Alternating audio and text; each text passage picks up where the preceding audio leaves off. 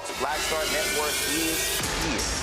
Oh, no punches! I'm real revolutionary right now. Support this man, Black Media. He makes sure that our stories are told. Thank you for being the voice of Black America, Roland. Stay black. I love y'all. All momentum we have now, we have to keep this going. The video looks phenomenal. See, there's a difference between Black Star Network and black-owned media and something like CNN. You can't be black-owned media and be scared. It's time to be smart. Bring your eyeballs home. You dig?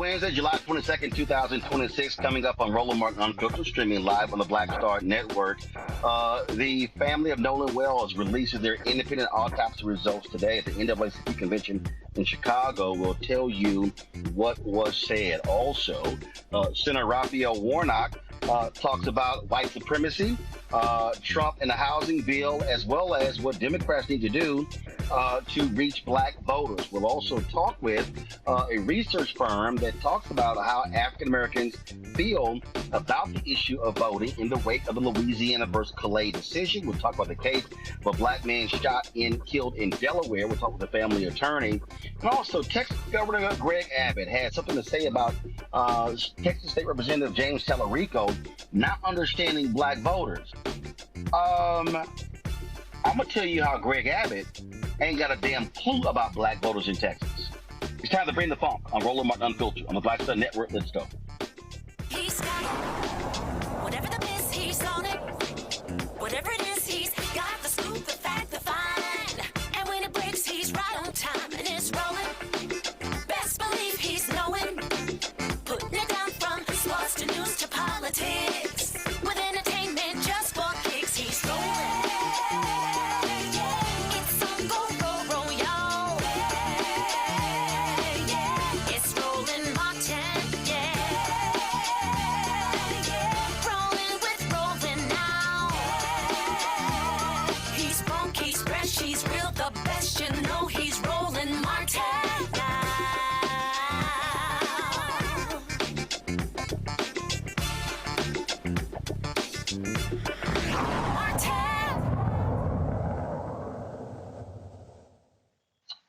Hey, folks, U.S. Senator Raphael Warnock of Georgia is one of 4 Democratic United States senators who are African-American in the Senate. There is 1 Republican. And we chatted today about a number of issues, including white supremacy within this Trump administration. We talked about, of course, what Democrats need to do to reach black voters, and also housing bill. Here is our conversation. Senator Warnock, glad to have you here. I have been doing something really since the inauguration. I've been framing this thing that what we're seeing right now from Trump and MAGA is an effort to completely defund Black America. And I've been saying right now it's a war on Black America. If you look at everything, if you look at the tax on DEI, the pulling of grants, when you look at the federal layoffs, when you look at the FCC, look at all these things. It is as the gerrymandering, civil rights pullback. It is as if there's a massive bullseye on the backs of Black America. And I've been trying to get our people to understand that we cannot sit elections out because they want to completely eradicate the entire civil rights, economic rights, social justice infrastructure that has been not just built over the last 60 years, but even going back to the Reconstruction Amendments. Oh, absolutely. There is no question that the Trump-Vance administration is a white supremacist regime that is trying to foist its dark and divisive vision of our country onto the American experiment, just as we observe the 250th anniversary of this grand experiment that has certainly has had and does continue to have its imperfections. Black people have been at the center of the work of trying to transform our country, make a country as good as its promise, one that lives up to the ideals in the charter documents in our nation. And there's no question that the Trump administration, whether we're talking about the attacks on DEI, the idea that you would turn diversity, equity, inclusion into cuss words, often at the behest of religious people. I've been saying from pulpits, in my other day job, that equity is in the Bible. The idea of inclusion and diversion and diversity, these are moral concepts. And we have to hold this administration accountable, but we also have to hold others, including pastors and churches, who are loud supporters of this, some of the meanest voices in our country right now, the folks most likely to blame immigrants, blame poor people, are people who read from the book. And so I want to challenge them on the basis of the book. I'm a Matthew 25 Christian. And as much as you've done it unto the least of these, you've done it also unto me. And I think we've got to hold them accountable. But come this November, we got to hold them accountable at the polls. People. But this is also why.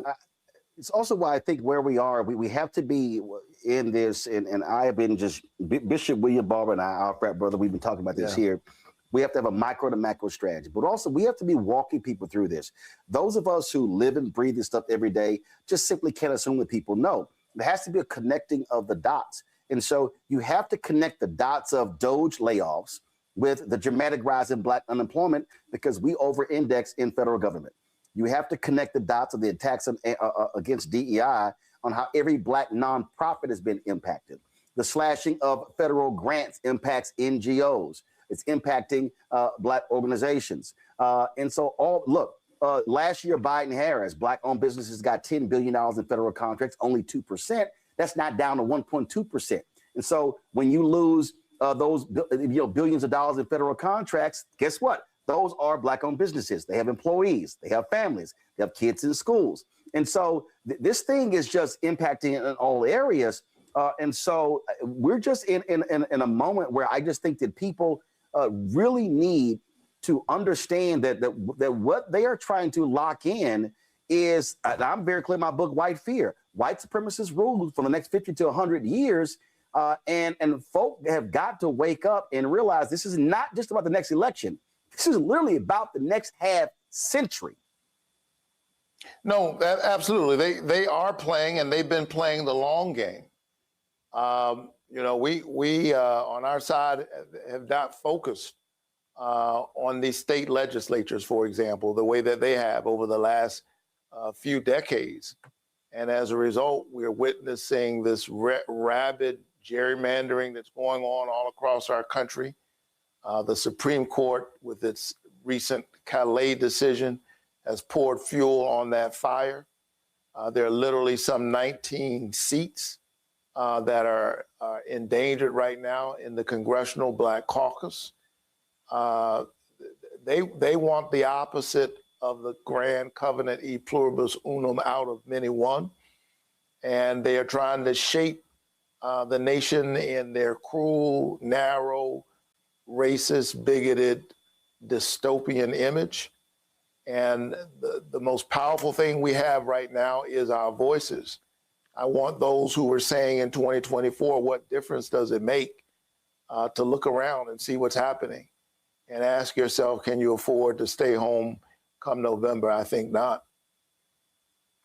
You said that if Democrats gain control of the House and or the Senate, you want investigation of folks who've been redrawing these maps. Donald Trump said in January, hey, y'all got to keep control of this thing because if not, they're going to impeach me. Speaker of the House, Mike Johnson, said, hey, y'all, we better keep control because y'all need me to protect you.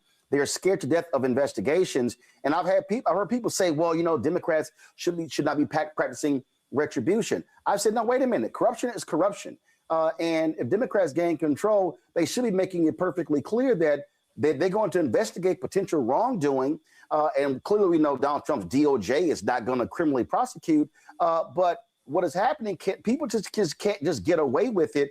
And not just when it comes to gerrymandering as well, but even just the blatant corruption, the raping and pillaging of the federal budget, with Trump earning billions of dollars, and him and his family as well. I mean, this is mind-boggling what is going on.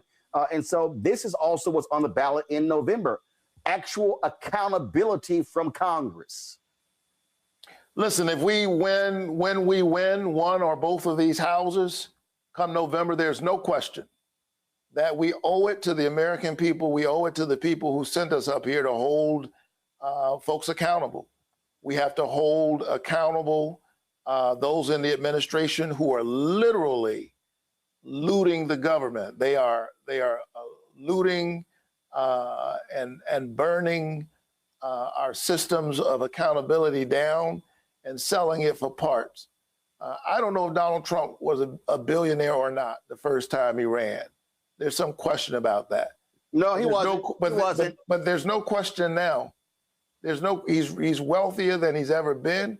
He's enriching himself. He's enriching his sons, his families.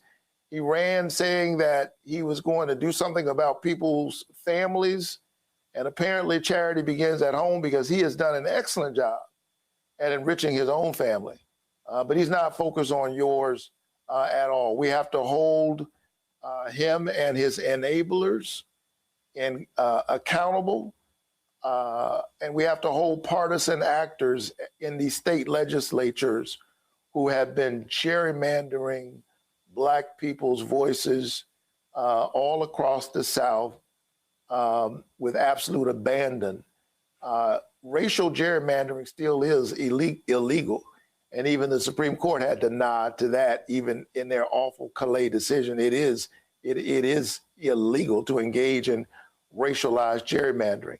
And so if we win the majority in the Senate, I intend to drag these state legislators before Congress, hold them accountable, get them on the record, ask them about public statements they've made, other evidence that we can gather, so that those who are fighting these issues in court will have the data and the evidence that they need. We can do that if we win one or both houses. And then once we're back in power, there's some real things that we need to do to save our democracy, to strengthen and expand voting rights in our country. This week, Democrats are meeting to decide who is going to go first. I have made it perfectly clear that I still believe that South Carolina should be the first in the nation. All due respect to Nevada and Latino voters, and Iowa and New Hampshire. African Americans are the bedrock of the Democratic Party. But the reason I believe that South Carolina should go first is because the Democratic Party is going to have to come to grips that if you look at the 2030 census, what is projected, blue states are going to lose 12 congressional districts. That's 12 electoral college votes. Those votes are going south. They're going to Georgia, North Carolina, Florida, Texas, and other places. And so the only Democrats cannot win in the future if they do not win in the South. And that means they are going to have to invest serious dollars on the ground in South Carolina, North Carolina, Georgia, Tennessee, Florida, Mississippi, Alabama, Louisiana, Texas, if they want a future. And I think changing it from South Carolina, to me, is a huge mistake. Do you support South Carolina remaining the first in the nation for Democrats? There's no question that the road to the presidency, the road to the majority, is through the South.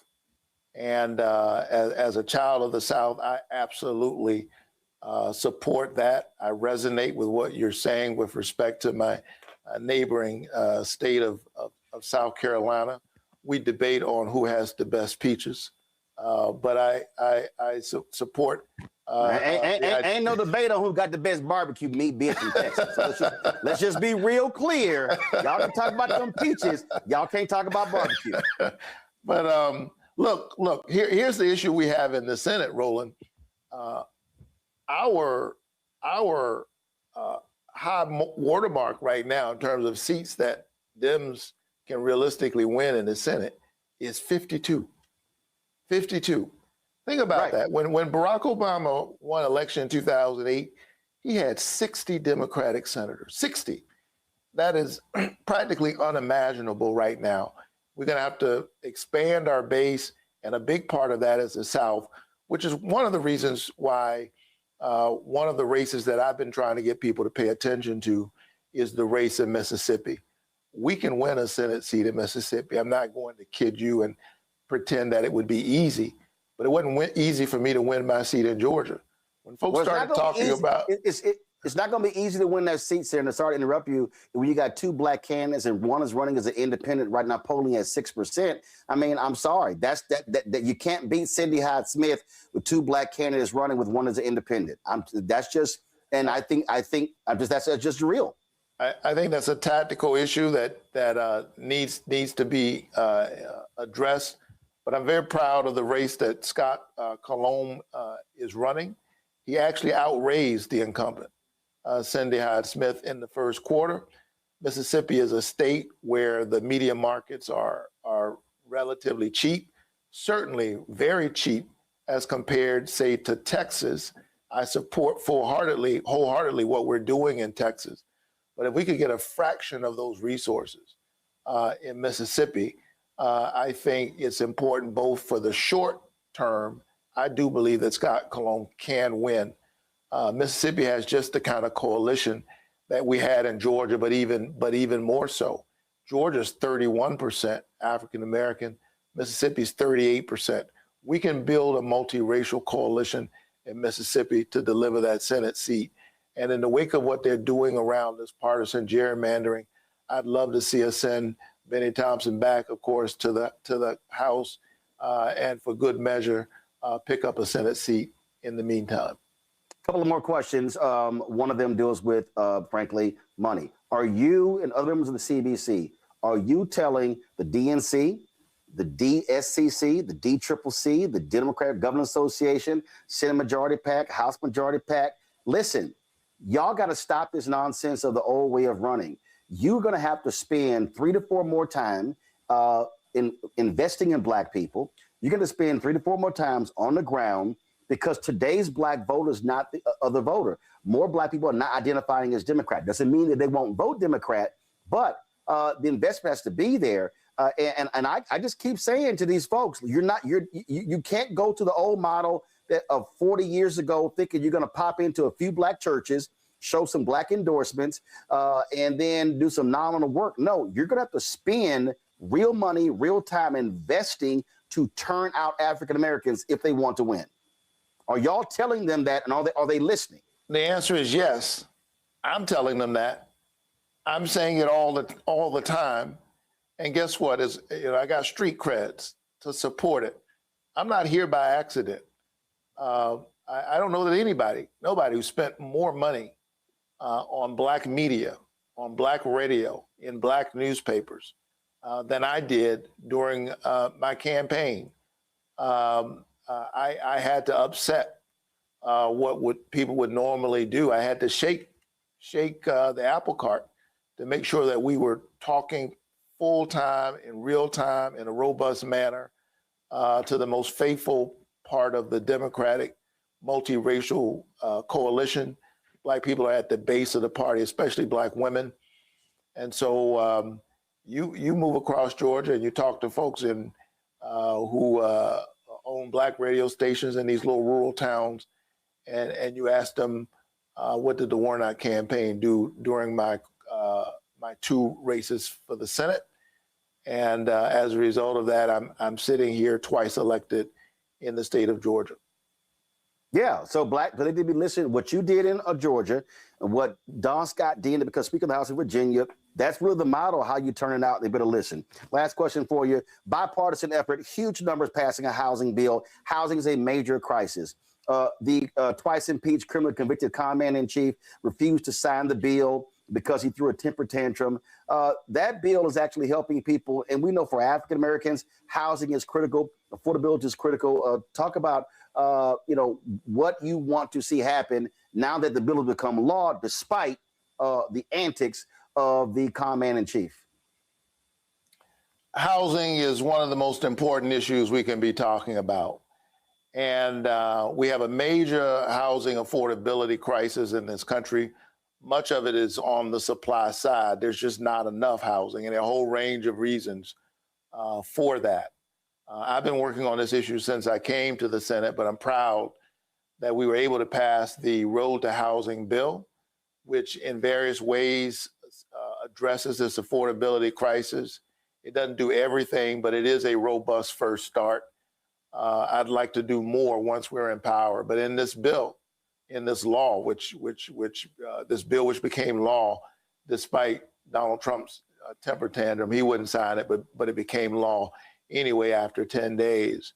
I have a bill, I have a provision in the law that finally addresses the outsized footprint of private equity in the housing markets. And we're particularly seeing this in communities all across Georgia. I think of huge swaths of land in Southwest Atlanta and all across the state that I represent. 1 in 4 single family homes owned by private corporations. in Atlanta. So you're trying to be a first-time home buyer. You're a young couple. You got married. You followed all the rules, and you're starting a family. And when you get ready to buy a house, you're not competing against the person down the street. You're competing against some out-of-state private equity corporation. Well, my provision finally does something about this by putting a cap on how much they could buy and beginning to address this outsized impact of private equity, putting the squeeze on that. I've got another provision, which is the only fair housing provision in the bill, which deals with something, and you know this, Roland, Black homeowners deal with this all the time, appraisal bias. There's a tax you pay just for being Black, trying to sell your house and what people say it's worth. Well, I have a provision in the bill that has now been passed into law. If you get an appraisal and you think there's something untoward there, for the first time, you actually have some legal recourse and you can demand an additional appraisal. These are the things that we were able to do now. There are other things in the bill addressing this whole issue around NIMBY, the government red tape, the zoning laws that make it difficult for us to think outside the box about how to get housing done. All of that is in this bipartisan piece of legislation, and it's going to take some pressure off of the housing market, create more opportunity. But I look forward to the day when we can get even more done. Well, absolutely. Well, it's a lot of work to do, and I'm telling people they got to be apprised on the issues because, again, if we don't see massive change in November, it's going to be an ugly 27 and 28, and lives are truly on the line. Public policy is indeed, as you put it, it is a matter of life and death. And there are people right now in our country and even service members abroad who are dead right now because of the outcome of an election. And so your vote is a kind of prayer for the world we desire for ourselves and for our children. And so let's pray our way all the way to and through November with our and our legs, our hands and our feet. Absolutely. All right, Pratt, I appreciate it. Thanks a bunch. As for all the Qs and the Kappas, much love, though. We got pan-Hellenic love. We love everybody.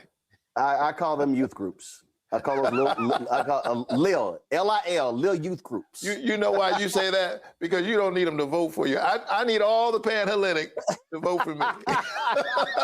You can still call them that because they know it's true. I appreciate it. Thanks a lot. Everybody. All right. All right.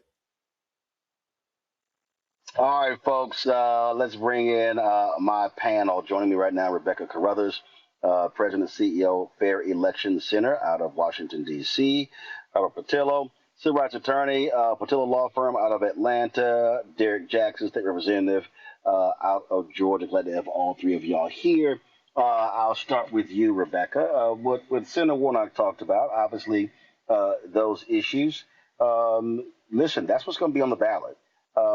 This attacks on Black America. Trump don't give a damn about housing. He's about lining his own pockets.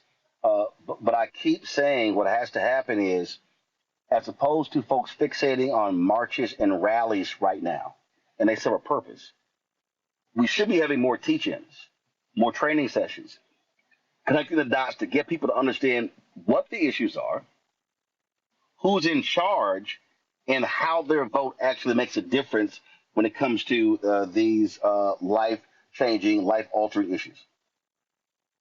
You know, the most important thing that the senator talked about is he talked about policy through the lens of life and death.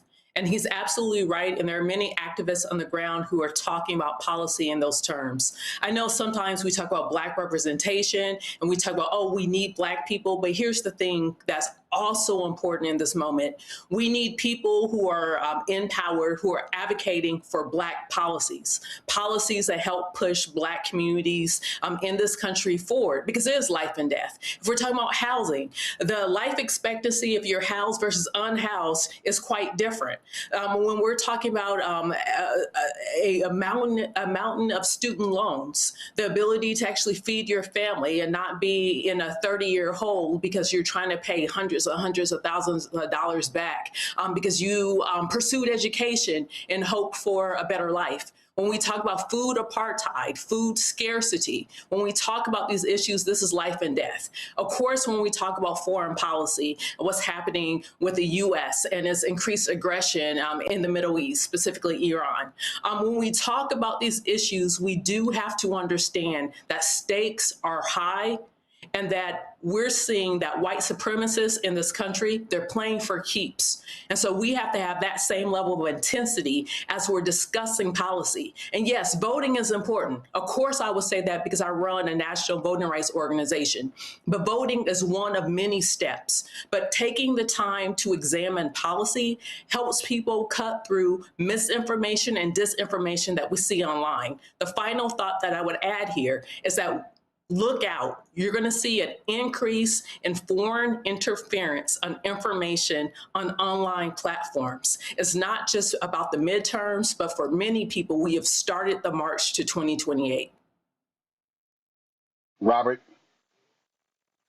Look, Roland, I think the conversation with Senator Warnock was so important, primarily because I've dealt with a lot more Gen Zs recently.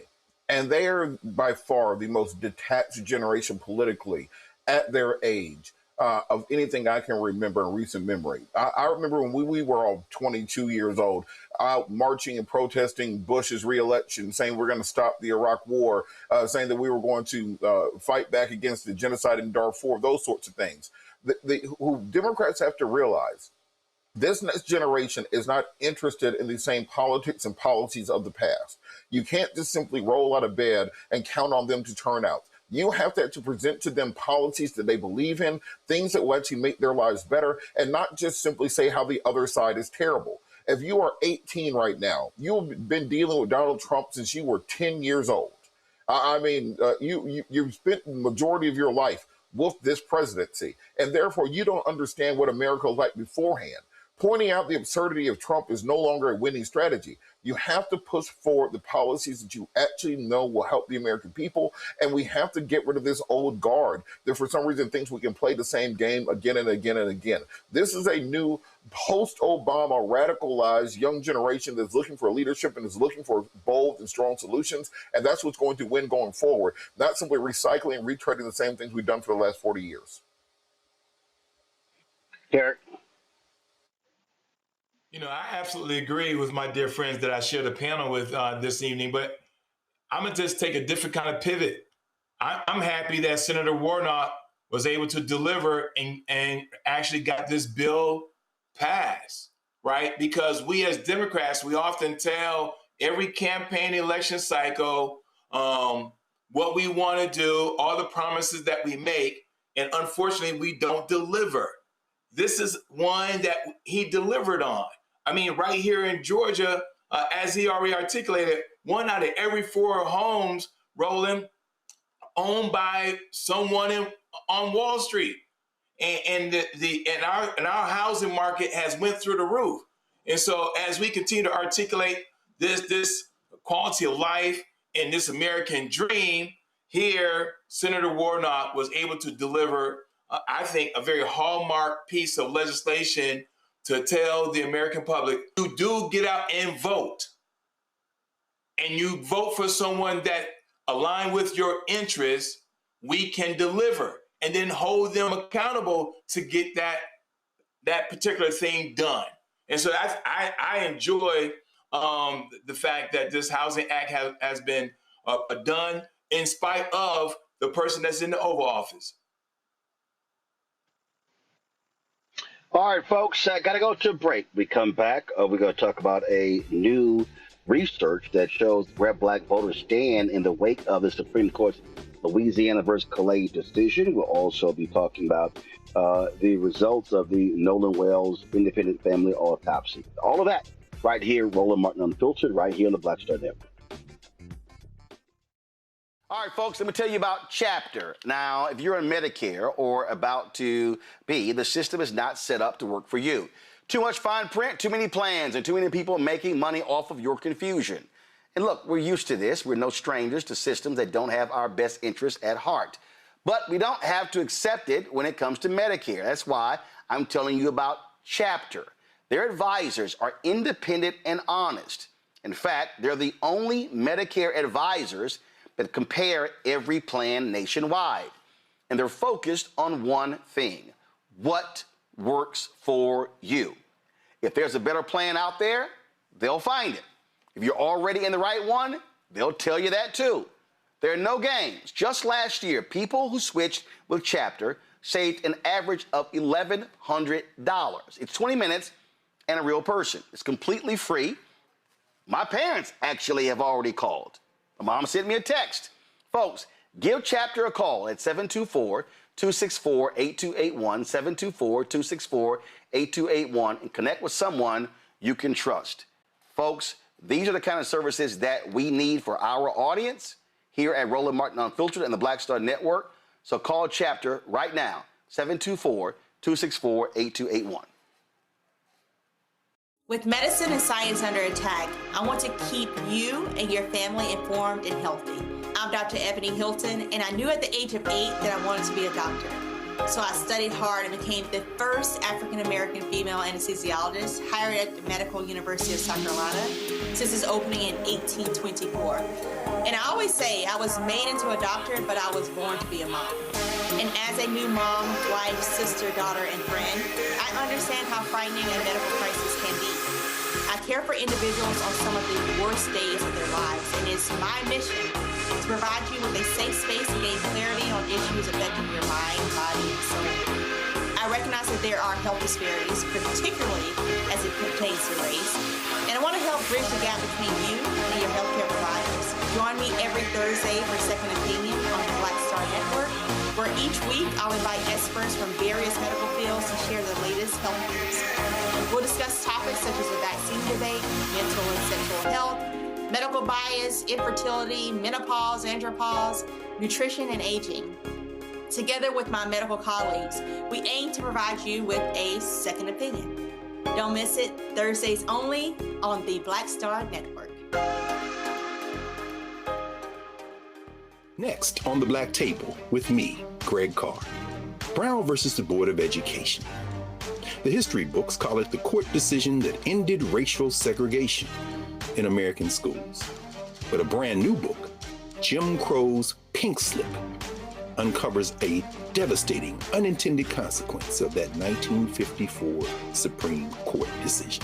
We may, if we were lucky, have been the very last generation of Black students to have experienced these generations of Black teachers who have never been replaced. Dr. Leslie Fenwick joins us to talk about her book and the actions following that landmark decision that dealt a virtual death blow to Black educators. That's next on the Black Table, right here on the Black Star Network. Hatred on the streets, a horrific scene, a white nationalist rally that descended into deadly violence. White people are losing their damn minds. As an angry pro-Trump mob storms the U.S. Capitol, we're about to see the rise of what I call white minority resistance. We have seen white folks in this country who simply cannot tolerate Black folks voting. I think what we're seeing is the inevitable result of violent denial. This is part of American history. Every time that people of color have made progress, whether real or symbolic, there has been what Carol Anderson at Emory University calls white rage as a backlash. This is the rise of the Proud Boys and the Boogaloo Boys. America, there's going to be more of this. There's all the Proud Boys, guys. This country is getting increasingly racist in its behaviors and its attitudes because of the fear of white people. The fear that they're taking our jobs, they're taking our resources, they're taking our women. This is white fear.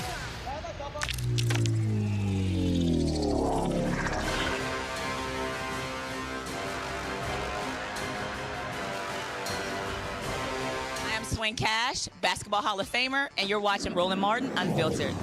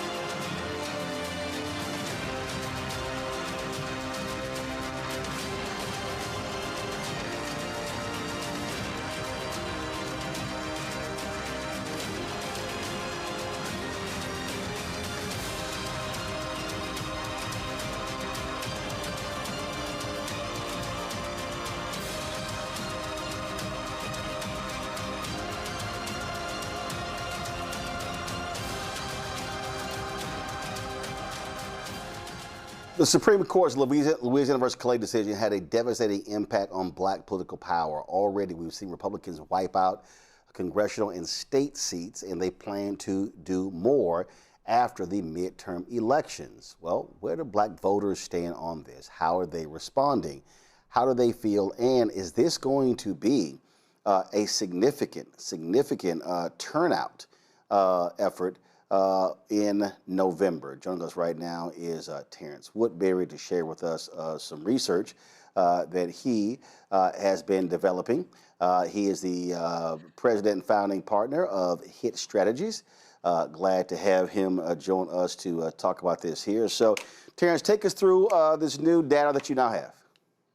Thank you so much for having me, Roland. You know, we have long known that when people are upset, when they're pissed off, when they feel attacked, that these resistance movements that they result in can win elections, just like we saw in 2020, where the Black Lives Matter movement mobilized young people across America, delivering Democrats to victory. In 2022, we saw the same thing with the abortion rights movement, with the young people again being mobilized to protect abortion rights in the wake of the Dobbs decision, which prevented the red wave. And now in 2025, when we started watching these resistance movements, whether it was the No Kings movement or the Ice Out movement, HIT Strategies began to observe that the complexion of these movements were changing and the age of these movements were changing.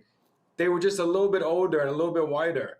And so we started to want to observe what's going on with Black folks. We started the Black Ops Coalition, anchored by a bunch of Black civil rights and voter engagement organizations. And what we found is that, number one, Black folks are engaging in this resistance movement. We're engaging very differently. Number two is that since the Callais decision that gutted the Voting Rights Act and began to systematically oppress Black votes and Black power across the South, that Black folks see what's happening, that they are more engaged in what's happening. In fact, 65% of Black folks say that the attacks on voting rights across the South have made them more likely to vote. And we've seen activation, engagement, that Black people are taking actions now. In fact, 75% of Black voters say that they've taken at least 3 actions to combat voter suppression. And that's up from 62% of Black people that have been activated this time last year. And so, look, we've long said this, Roland. If Republicans are going to try to oppress Black votes, they better keep doing it privately in smoky chambers behind closed doors, because once Black folks find out about it, we respond in kind. And so we have seen this across the South. We know the South are not red states. They've just been oppressed states. And now what we're seeing in places like Georgia and in South Carolina, where that oppression is front and center, where state legislatures have attempted to gut, 2 Black congressional seats in Georgia, and the resistance movement stopped them. In South Carolina, they tried to snatch Representative Clyburn's seat, and the resistance movement stopped them. And more importantly, Roland, what we're seeing is that in these Democratic primaries that have happened after the Callais decision in places like Georgia and South Carolina, that Black voters are surging. And so we recognize that our power is being attacked now, and we're taking actions to protect it, and not waiting until election day to protect that power, but taking action right now. When I think about generations, when I think about what the numbers look like, I've often said this on this show. I really started watching this 36 years ago. 1990, was a junior at Texas A&M University. And I was listening to the conversations of African Americans. So I'm born November 14th, 68. My brother's born November 13th, 1967. He's a year ahead of me. So that generation, so he goes to Texas A&M in 1986. I go in 1987. So we go to college. 18, 19 years. This is how people don't understand the math. King gets killed in 68. So we literally were that first generation that was born and went to college after the death of MLK. So I'm listening to conversations, and what I'm looking at and realizing is that that generation is coming out of school, first job actually making more money than many of our parents. And so I'm listening to terms of what they're paying attention to. And that's when I first started really saying, hey, y'all, we better be mindful of this generational gap that we're seeing. So we go from baby boomers to Gen X. Then we go from Gen X to millennials. Then we go from millennials to Gen Z. And behind Gen Z is Gen Alpha. So your research pointed this out. You said that Black Gen Z, go to my iPad, are less likely than boomers to, this is what the research showed, Black Gen Z are less likely than boomers to fight for freedom and racial justice. But Black Gen Z are much less likely to fight for American democracy or the right to vote.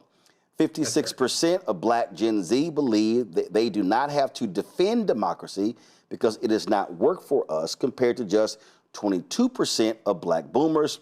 Younger Black voters are almost twice as likely to expect political violence, 44%, than older Black voters. Now, what jumps out is that when you and I talked, I guess it was 2022, the election, when you were talking, we were talking about, and you were saying how we have to use language differently. So go back to my iPad. So when I see that Gen Z are much less likely to fight for democracy or the right to vote, that means that when I think about Vice President Kamala Harris's campaign, what was the centerpiece of the campaign?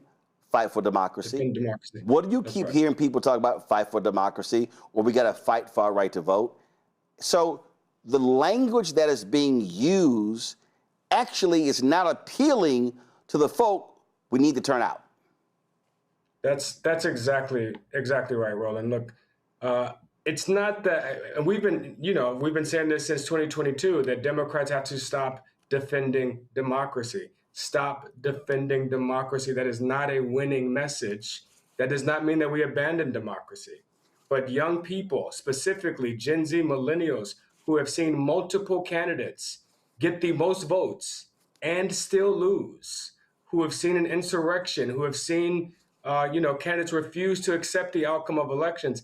These young people have had mixed results from democracy, and they are not prepared to defend that. And so what we found is that while 81% of Black boomers say it is Black baby boomers say it's important for them to defend democracy, only 50% of Black Gen Z say it's important to defend democracy. So what that means is, when we're talking about messaging, you have to, if you're taking Black people, you have to have Black boomer messaging, Black Gen X messaging, Black millennial messaging, Black Gen Z messaging. And the problem with these white strategists is that they just want to do one message to Black people.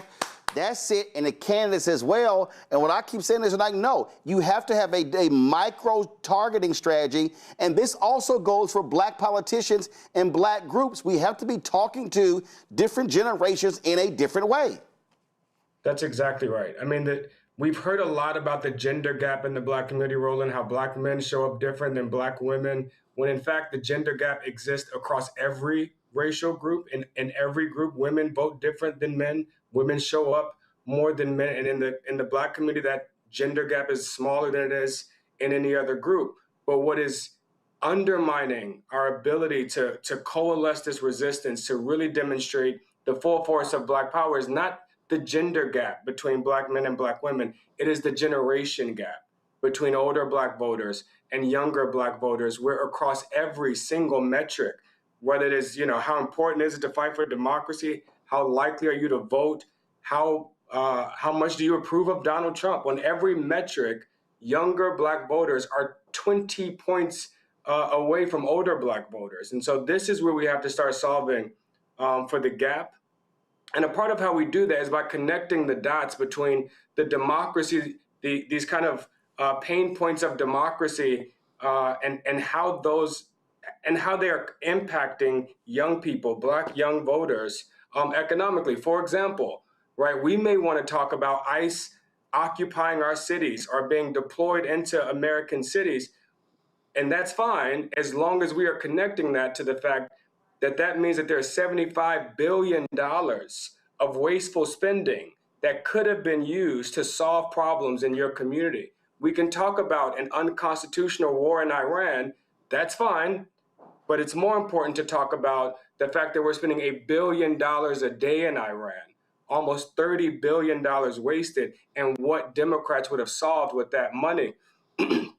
Because it comes down to, how is this impacting me personally? And all of these decisions, all of these attacks on democracy, on voting rights, they have economic implications.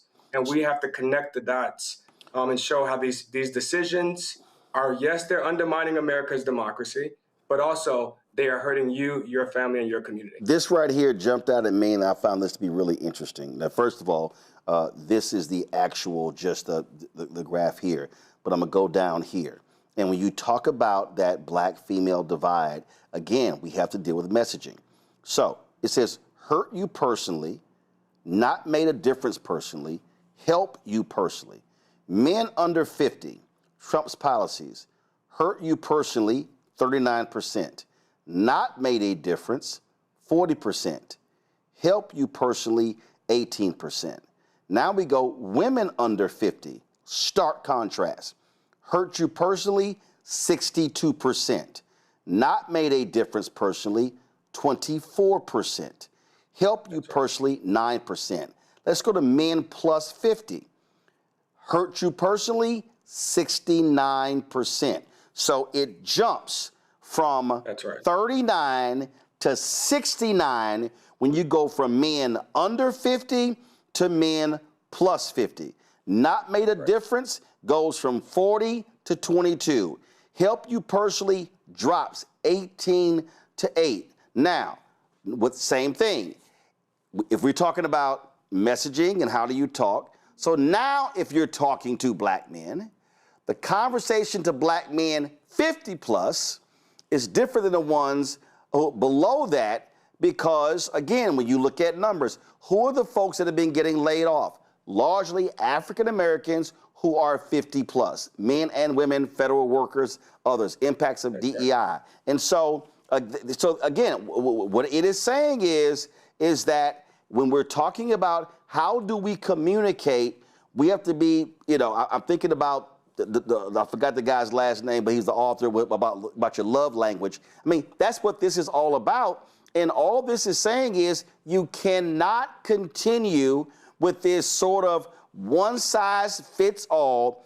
That worked from let's just be honest, that worked from 68 to 2004. Obama comes along, he completely changes all of it. He's an anomaly, so you got to really take him out of 8 and 12, and you got to look at the elections since then. And so the messaging has to be different. That's exactly right, Roland. And what makes that quite easy is the internet. What makes it easy to target specific voters with a specific message is the internet, and the fact that they're consuming all the information from the palm of their hand where they could be targeted. I mean, think about what we're talking about. We're talking about segmenting black men and black women as rudimentary as, a rudimentary division as that, when it was a decade ago that Cambridge Analytica was using data to target vote, to isolate Brexit messaging per person, not per demo or per group, but per person isolation. This is what we are combating. We're combating the other side, Republicans, who are targeting young men with messaging, who are isolating and frankly showing them messaging that none of us are really seeing or hearing because it's only in the palm of their hand. And we are still trying to blanket message as if we were only advertising on television, as opposed to using the power of targeting on the internet. Young men, when I look at the graph that you just put up, 18% of black men under 50 saying that Donald Trump's policies have helped them personally. Guess how many black men under the age of 50 voted for Donald Trump? 18%. And that 18% helped me personally. Y'all, it's just right here in the data. Women under 50, 9. Men plus 50, 8. Women 50 plus, 2. Defenders, 8%. Activists, 7%. Spectators, 11%. So that's the highest percentage out of all of those groups. And look, Roland, keep that up for a second, because I just want to draw this correlation. I'm going to get in the weeds a little bit here with correlations. But when you just look at that bottom row, Black men under 50, 18% say that Donald Trump's policies have helped them personally. 18% voted for Donald Trump. Black men over 50, only 8% said that Donald Trump's policies to date have helped them personally. 8% of Black men under 50 voted for Donald Trump. Look at Black women over 50. Only 2% say that Trump's policies in his second term have helped them. Only 2% of Black women voted for Donald Trump. I mean, it's a direct correlation. We have to now demonstrate how the actions of this federal government are hurting these Black men personally. and the Black Ops research demonstrates how we do that. Last question for me, then I'm gonna go to my panel. As a part of this, when you were doing this, did you ask folk where they're getting their information from, which also speaks to how we should be communicating with them? Yes, so we dive a lot into where they're getting information, but also we dive into who the trusted messengers are, who they need to hear from. And there's a couple of things happening here. Number one, Barack Obama, Michelle Obama remain the most trusted messengers in the Black community. That ain't gonna change no time soon. But what's most important is who comes right after them. And that is people like me and people like you, right? They want to hear from their peers. In this age of kind of, this splintered communications ecosystem where everyone is hearing a different message, everyone is reading a different message. There it is there. Barack Obama, 51% of Black voters say that he's the most trusted messenger. But right after Barack Obama are people like them. Their most trusted messenger are their friends, their family, their peers, and notably, and here's where we start getting into the media strategy, the influencers that they have chosen to follow and trust. Those are their trusted messengers. Those are the people like them. And so we have an opportunity. And all of these are twice as high as Black celebrities, as Black athletes, as, Jay-Z, Beyonce, all the folks, Cardi B, Meg Thee Stallion, all the folks that we're going to throw on stage over the next 90 days, when the people that they trust, and we should do that, I want to be clear, celebrities break through the noise and get people's attention that are otherwise checked out of politics. But when it comes to changing what they believe, when it comes to making those 18% of young Black men who say that Trump's policies have helped them, when it comes to changing those perceptions, they need to hear from their peers. They need to hear from other young Black men. And a part of how we do that is by hiring, enlisting the influencers. And I want to be clear, hiring them with money, because that is what the right is doing. They are finding the points of the centers of gravity on social media, on TikTok, on Instagram, and they are paying them to deliver this black pill of annihilation that nothing is going to get better. No one has your back. You might as well withdraw. Just get money. Black women have done enough. You're part of the 92%. That is the bullshit that is being fed and targeted to these young voters. And we can only counter that with other influencers that they have already chosen to trust. It's the equivalent, Roland, of what we used to call feet in the streets, putting money on the streets in street teams. When we used to meet Black men where they are, we were meeting them in barbershops. Well, now meeting them where they are is in the palm of their hand.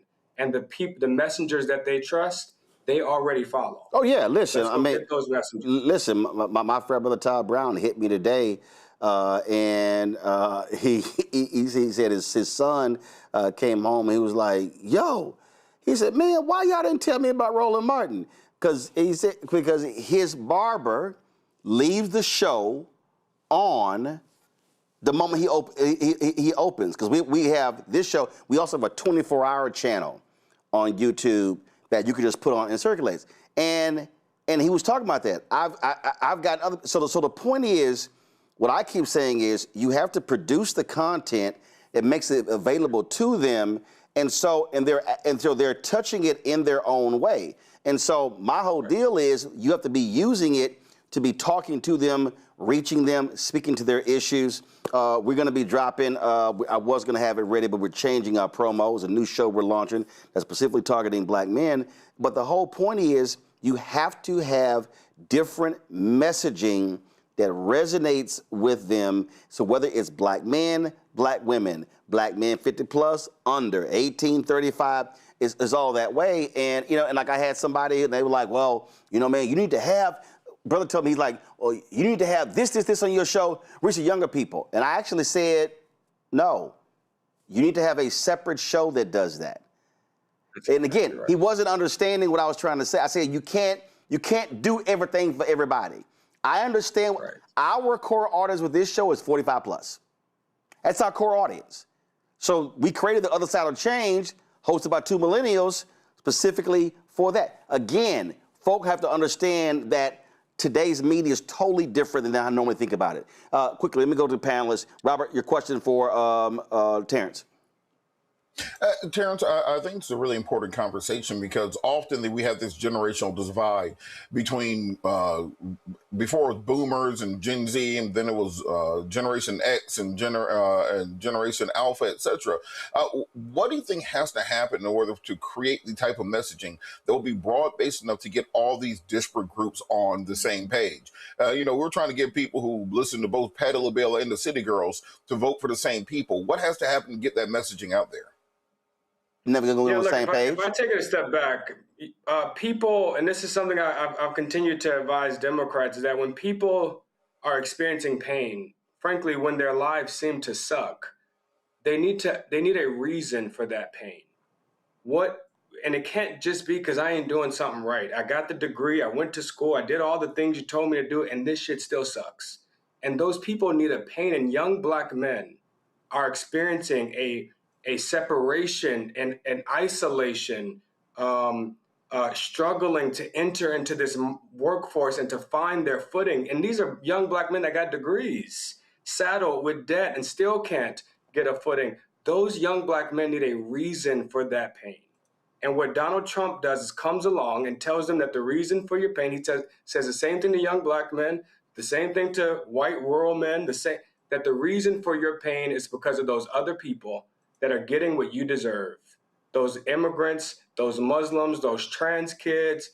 And I think that Democrats, frankly, I don't know what reason we have given these young black men for why they're experiencing this kind of pain. Besides, the only reason I could think of in the last 10 years is Donald Trump. And they're just not buying that. They were experiencing this pain before Trump. In fact, we beat Trump, somebody else became president, and it still sucked. And now he's back, and it still sucks. At least, you know, to the message that he's presenting, he is trying to get rid of the people that are causing that problem. I would argue that one message that I know cuts across this generational divide, in fact, it cuts across every race and every gender, is that the reason that your life sucks is not because of the people that have less than you. It's because of the people that have way too damn much, that are willing to take from you and from them, so that they can have even more, the people that are rigging the system against you. That is a message that resonates with 73% of America. Yep. Not 73% of Black America. 73% of Americans believe that corporations and billionaires are rigging the system against us. And so Democrats have an opportunity to own that message, and then to really begin to hold these corporations accountable for the way special interests are rigging the system. Derek. Terrence, great to see you again. Listen, my question is around the primary versus the general election. When I look at the primaries, the turnout is so extremely low. I mean, I know we continue to talk about they're coming to take your voting rights and voter suppression and all that. And here in Georgia, we were talking about record-breaking this and that and the other based on last year. Well, our turnout, Terrence, was only 28%. 72% stayed home. And so when you have 2.5 million Black voters right here in Georgia, what can we do to cut through this low voter turnout? And I get the messaging piece, but it seems like there's something else. It's not just restrictive that we continue to pass in Georgia. It's not just talking about democracy or they're coming to take your voting rights. We got to be able to cut through this low voter turnout. And then the last thing but not least, I would love to see your data around name ID, because we seem to hang our hats on name ID. Because I guarantee you, if you asked back in 2007, will you believe in Barack Obama, the answer would not be 51% like it is today. That's right. That's right. You're spot on. You are spot on. So, Georgia is priority number one for me in 2026. In fact, I have moved to Atlanta to help a black woman and a black woman become governor and a young millennial get reelected to the U.S. Senate. And I do think that those two, one of the things that we have seen is that candidate selection matters. And when you have candidates that represent the broad diversity of the coalition, that speak to the lived experience of people, and that can tell you why your life sucks, because I am experiencing it too, because my children are experiencing it too, because my siblings are experiencing it too. That is a very, very different proposition than what they've been experiencing. And so I do think that's going to be important in Georgia. I would also argue that, this is investment. It's going to take resources, and we've done this analysis cycle over cycle, where turnout in battleground states where $100 million is being spent is double digit, 10, 20 points higher than it is in states where we're not investing. And so Georgia is going to be a very high investment state. But then the last thing I would say is we are seeing that Black approval rating of Donald Trump has plummeted back down to 5 or 6%. It was as high as 20 to 25% at the beginning of this second term. But the problem is that as his approval rating has plummeted, as they've become anti-Trump, they have not become pro-Democrat. And so this is why I encourage Democrats, especially in places like Georgia, where a lot of money is about to be spent, to give voters something to vote for and not just something to vote against. They know Republicans suck.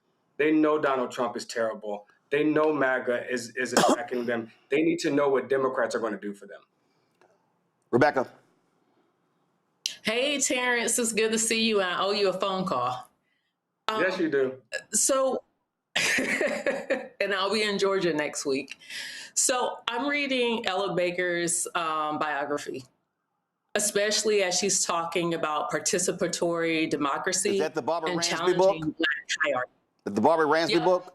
Okay, go ahead. Yep. Especially as she's challenging Black hierarchy.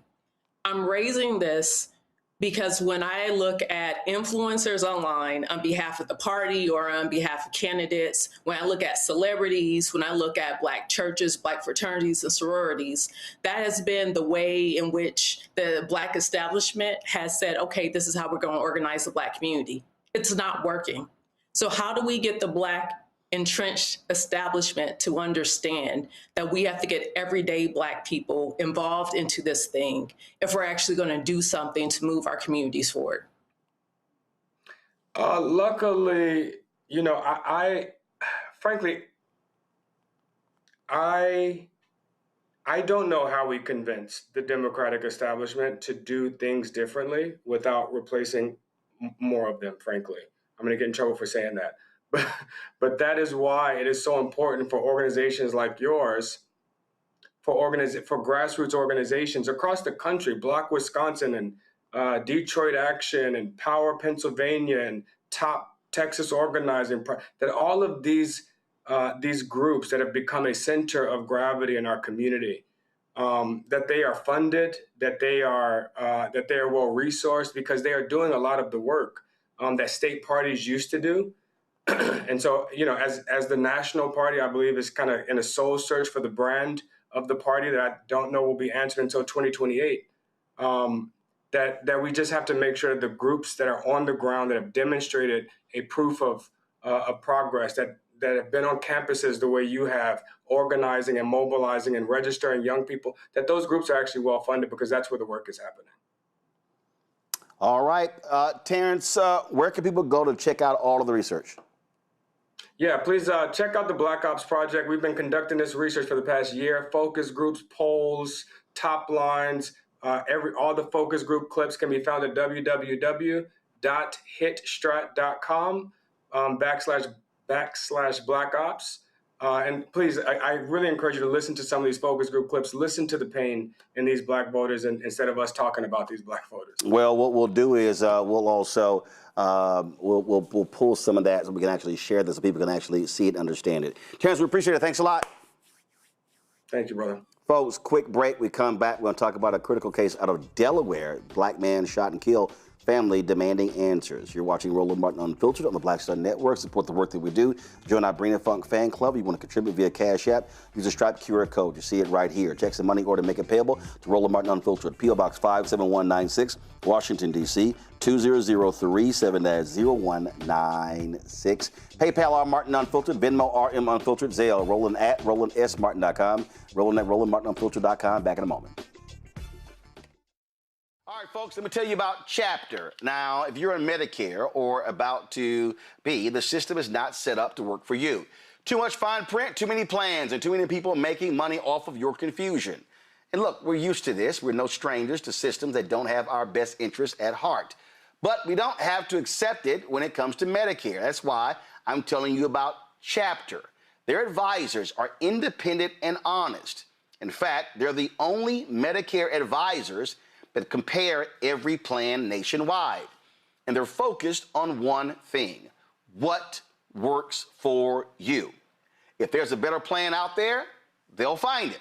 If you're already in the right one, they'll tell you that too. There are no games. Just last year, people who switched with Chapter saved an average of $1,100. It's 20 minutes and a real person. It's completely free. My parents actually have already called. My mom sent me a text. Folks, give Chapter a call at 724-264-8281, 724-264-8281, and connect with someone you can trust. Folks, these are the kind of services that we need for our audience here at Roland Martin Unfiltered and the Black Star Network. So call Chapter right now, 724-264-8281. Melanie Campbell, National Coalition on Black Civic Participation and Black Women's Roundtable. And we are watching Roland Martin Unfiltered all day, every day, 24/7. Spread the word.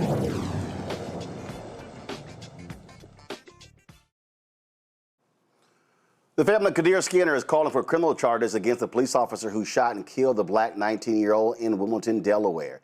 Wilmington police have previously said that around 11 p.m. on June 24th, Skinner came out of his home and waved a gun at a crowd, prompting officers to open fire. However, Skinner's family insists that he was running away from a loose dog. Many are calling for justice on behalf of Skinner, including black clergy leaders. During a virtual news conference on Tuesday, Bishop William Barber demanded transparency and fairness in this senseless killing of another young black man. This is not just an isolated incident. Number two, we must call for even members of the police community that know things to come forward. This is not a time for the police to be in solidarity with wrong. If you know wrong was done, then you need to step up along with these men and women of God of all faith. Number three, this is about humanity. Wow, this is a 19-year-old black man. Anybody, black boy, teenager, baby to most of us, anybody that's not concerned about somebody being shot in the back has lost some of your humanity. And then finally, as Pastor Bland will say, on August 24th, we're having a mass community rally. You say, well, why is it the 24th? Why not immediately? Because we're going to make it strong and big and powerful to show that this community is not going to be on fire and be concerned for 2 days or 3 days or 1 week and then back away. That's not who you're dealing with in these brothers and sisters. That's not who you're dealing with in Pastor Bland. It's not who you're dealing with Attorney Daniels and others. This is shit. You have to stick and stay, because Kadir at 19, not 20, not 21, at 19, he wasn't robbed in a bank, but he was shot in the back. He wasn't resisting arrest, but he was shot in the back. He wasn't committing a crime, but he was shot in the back. He wasn't beating somebody down, he was shot in the back. He was shot in the back and killed, and did not die immediately, and then died over time, died without getting the treatment that maybe could have saved his life. What we believe at this point is an unnecessary, unprovoked, immoral a shooting of a 19-year-old, keep saying it, in the back. And Pastor Bland told me that piece troubles the whole nation, Pastor Bland. When every time we tell other people, they say, well, what? He was shot in the back at 19 and then laid and then died later. So Pastor Bland, we know that we're standing in solidarity, people all over. There has to be justice. There has to be truth. There has to be transparency. Folks, joining us right now is Harriet Daniels, the attorney for the family. Harriet, glad to have you here. Now, the Women Police Department, they released body camera footage from 3 officers showing 3 different perspectives of what took place. The first video is apparently from the officer who actually shot Kadir. Y'all can actually roll that. Walk us through your perspective in terms of what you and the family are saying with what happened here. Thanks for having me, Roland. On the night of the incident, two officers in a patrol vehicle, and they was, I guess, patrolling the area. We don't know exactly what was their purpose for their presence in that neighborhood. But at some point, they saw Kadir running. The police patrol vehicle stopped. Both officers exited the vehicle and started to give chase to Kadir. In the video, at the beginning of the video, if you slow it down, you can see Kadir running from a dog. In fact, we have witnesses' statements that, in fact, corroborated the video before we even saw the video, that he was walking down the street, turned the corner, and a vicious dog got loose, and he took off running. And simultaneously, these cops pulled up and kind of did a road stop. At some point, while Kadir is running, the officer pulls a firearm and fired 3 shots, striking Kadir in the back. What we do know is that he was shot in the back and he was running from the police. We have our witnesses to that account, that not just the video alone, but corroborates what's on the video and corroborates the physical evidence here. The Williams Police Department initially came out and said that Kadir came out of the house, pointed a gun at a crowd of people. That prompted the officer to give chase. And if you can see in the video there, you can kind of see the dog running. You can see the dog running behind him. That's not true. The second video shows a better vantage point of what's down the street and the direction where Kadir's running from. And that clearly showed that he was not in any way and form coming out of the house, pointing a weapon at a dog, anything in capacity. A gun was recovered away from his body. That gun was handled, picked up. But as we stated before,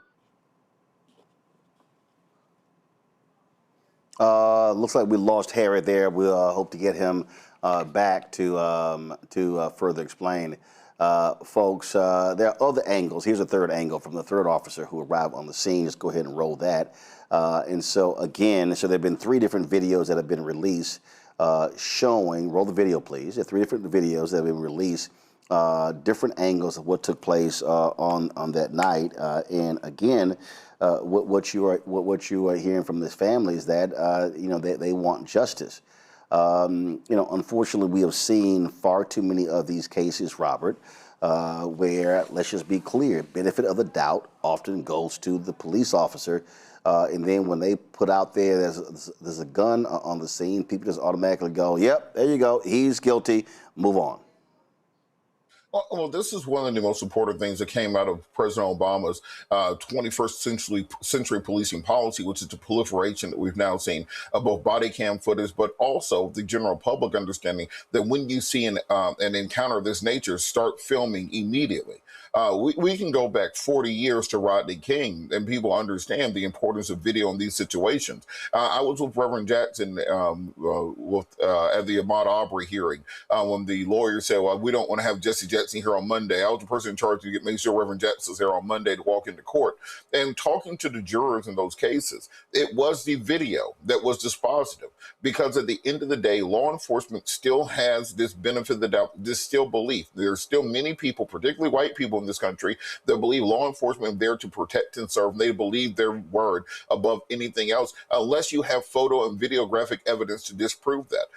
So until we can somehow create some kind of technology where every black boy has a drone that follows them 24 hours a day, 7 days a week to film them, we have to start working societally to break down this presumption of innocence and presumption of truth on the part of law enforcement. There's a reason police reports are not admissible in court. They're fundamentally unreliable. They cannot be trusted on their own without corroborating evidence, and this is why it's so crucial that we get jurors, that we get a court system that believes people the first time without having to have a surveillance satellite overhead to prove what we're saying is true. We've got Harry Daniels back. Harry, you about making a point that before we got cut off? Yeah, so at no point was Kadir a threat to anyone or the officer.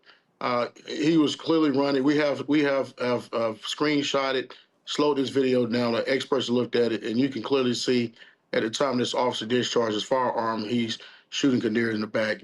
Roland, one thing that stood out to us is the narrative, and I think my good friend Robert Patella was talking about that, is the police report and the narrative that was given initially that Kadir came out of the house with a gun and pointed a gun at a crowd. Well, that's simply not true. That's simply not the case. It didn't happen. And that account came from the shooting officer of what he said transpired. Here's the thing. It's our position that he didn't even have reasonable suspicion of probable cause to even give chase to Kadir. The Supreme Court of the United States have made it very clear: right to walk away, you have the right to run away. In this case, Kadir was not running from the police. He was running from a dog that in that neighborhood, when we canvassed that neighborhood and spoke to witnesses, there's a big sign on the window say, "Beware of dog." That dog to be beware of showed itself, and he got away from his owner, and Kadir took flight and took off running. Roland, we don't believe Kadir even knew the officer was behind him. So, we got this thing riding while black, swimming while black, shopping while black. Now you got running from a dog while black can be subjecting you to being shot in the back. I don't want to sound cliches, but it is what it is. The evidence, the autopsy, the evidence shows that he was running and shot in the back, as Bishop Barber stated. And this case have garnered a lot of attention, national attention. The people of Wilmington, Delaware are protesting daily. We was able to get this video released. The Attorney General released these videos, and it shows exactly what these witnesses have already stated. This is, I mean, we talked about these things being epidemics, but you see it over and over again in cases that myself and my colleague Benjamin Crump and Chance Lynch, that we represent people across this nation, and you have these egregious acts by law enforcement thinking that they can just shoot a black man simply because he's running. And that's not the case. So we stand with his family, the clergy, the national clergy, stand with his family and pursue this case until we get a result for this family. All right, then, Harry Daniels, we surely appreciate it. Thanks a lot. Thanks, Roland. Take care. Folks, today in Chicago, the NAACP convention, civil rights attorney Ben Crump joined the family of Nolan Wells, where they laid out their findings of an independent autopsy that was done on the body of the 18-year-old here in Washington, D.C.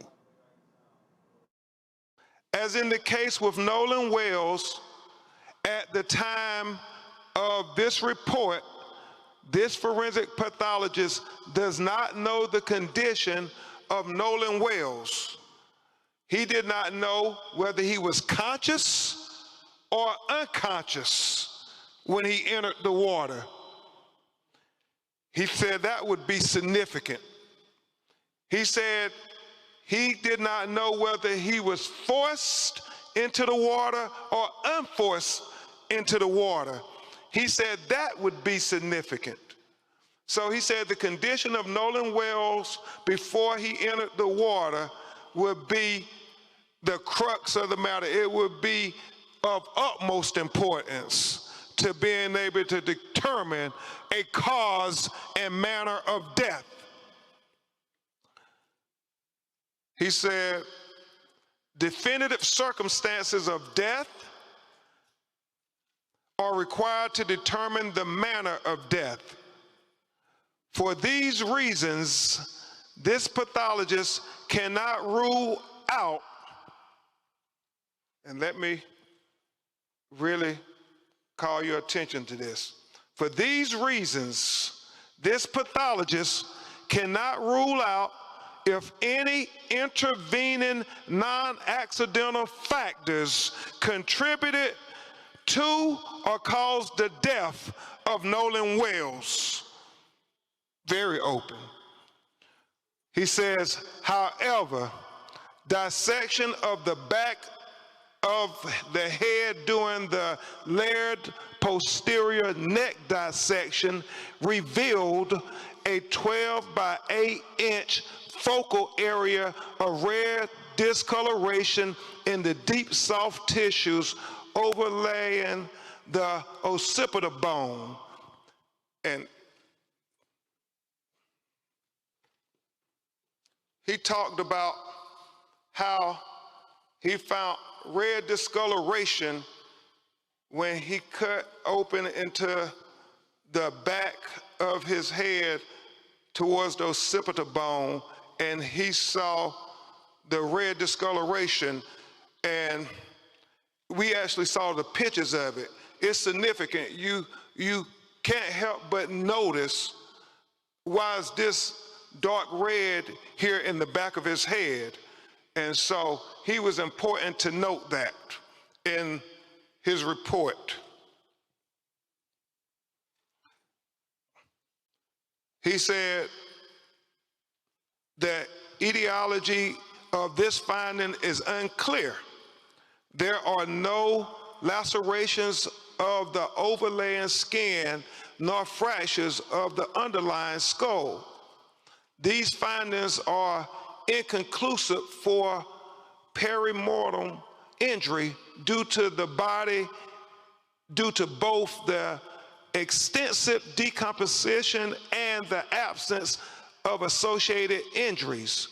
This finding, however, is significant enough to be highlighted in this preliminary report for further investigation.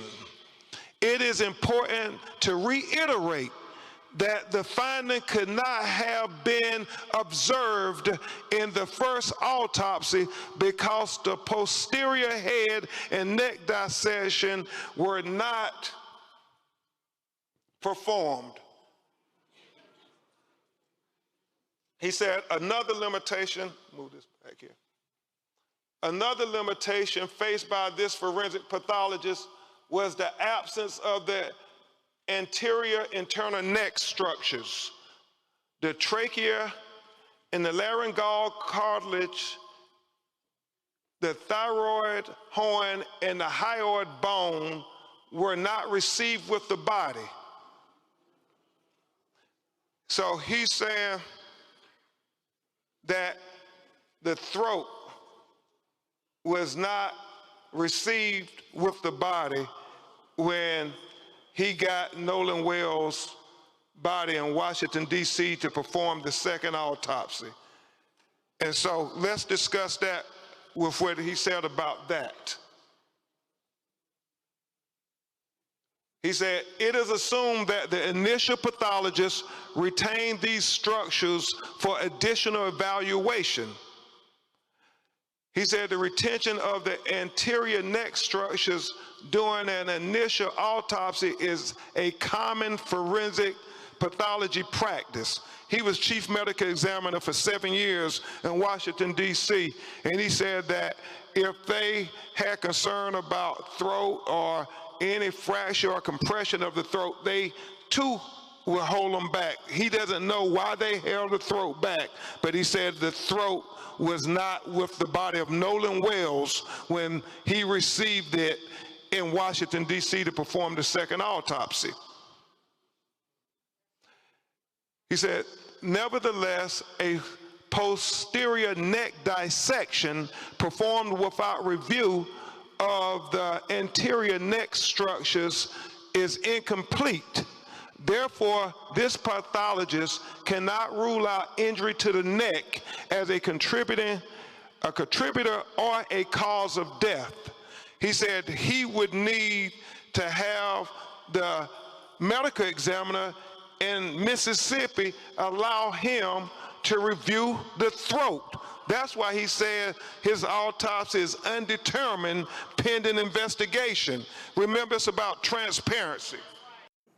So, folks, so it was very interesting looking at some of the comments from people trying to understand what took place as to why they went to Chicago. Let me help some people out.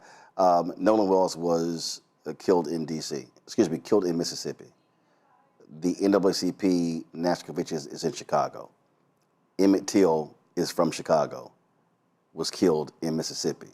So, again, if you understand the history of the NAACP, they've long been involved in cases like this. So I don't understand why people, and I am totally befuddled about the sheer stupidity of people on threads and Twitter who are complaining about Ben Crump. Oh, we don't like how he talks. He doesn't win cases. It's like they have no idea what the hell happens in these cases. And we reached out to Dr. Mitchell to join us on the show, but he declined because it's an ongoing investigation. And again, we've been covering this. And Robert, again, it's a lot of conversation. People have a lot of conversation, but it is an ongoing investigation. And so what we are continuing to see is trying to get answers as to what the hell happened. And I think that's what's most important in this case, these questions. I spoke with the family of Kendra Johnson recently, who had very similar circumstance of a young black man who ends up dead, and mysteriously nobody knows anything about what has happened to anybody. Everyone gets real quiet. You're dealing with small town politics, small town law enforcement, small town judges, etc. And the families often end up never getting justice or never getting a satisfactory answer. And this is what is so significant right now about not having an operational Department of Justice.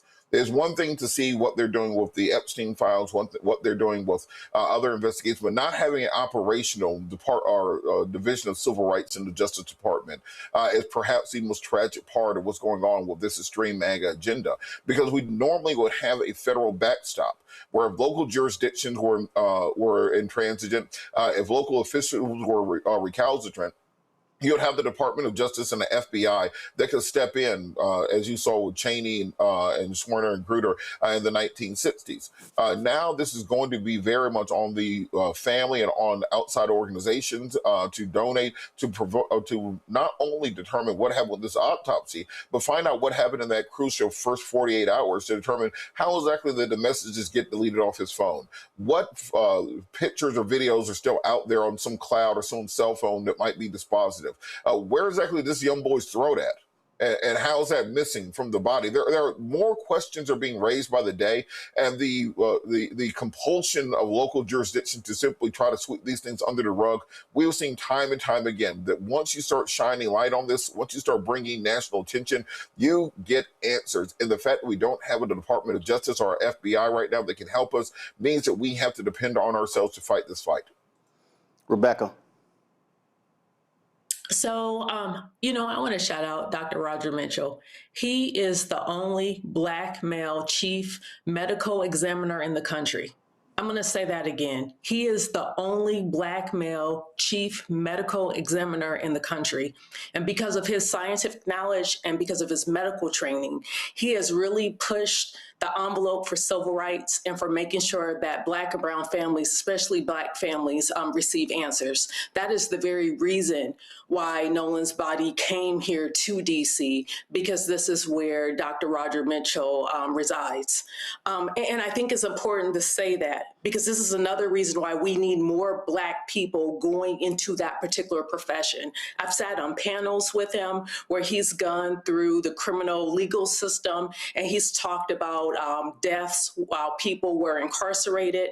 And oftentimes he went into those prisons and he was able to conduct many of those autopsies to show that there's been systemic issues, especially towards Black people, Black men who are incarcerated and who die in custody. But that said, yes, Robert's right. There's so many questions that are left, even the question about the throat. I heard a medical doctor speak on it earlier, saying that sometimes if you're still doing an investigation, then certain body parts might not go to the second or third or to the subsequent medical examiner examining the body. However, Dr. Roger Mitchell did this examination, I think at least 10 days ago, And we've seen that this autopsy has been released. Mississippi has had it longer. So even if they were keeping the throat longer to continue to pursue additional investigation, why haven't that information been made public? Why hasn't that throat then been shipped to DC for Dr. Mitchell to complete his examination of the body? There's too many questions. And we know, and I know there are different, like I'm an attorney. I know there's many attorneys who are reluctant to provide a conclusion on this, and that's responsible. But I will say this, having my family been in this country for centuries and seeing things like this happen over and over, the ancestors are speaking here. And I don't think that it was just a simple accident in the way in which the initial reports, or within an hour, the sheriff's department saying, oh, there's no foul play found. How can you say that when the body is still barely cold, when there hasn't been public findings from the original autopsy? Derek? Yeah, I'm going to pick up where Rebecca left off. I mean, it was problematic for me as a father of 7, 4 daughters and 3 sons, to hear a sheriff to say there's no foul play here. How is there no foul play? Because if the roles were reversed, Roland, if there was 3 young black men and 1 white boy, 4 went over and 3 came back. Their cell phones would have been confiscated. They would have been interrogated for hours on end. It would have been a thorough investigation from beginning to end. And so this has been problematic from the time the sheriff said there's no foul play. And I get all the other players, the parents of the other 3 boys, they're very strong and political in nature.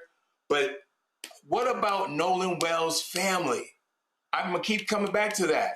We continue to watch this 2-tier justice system from 1619 to 2026.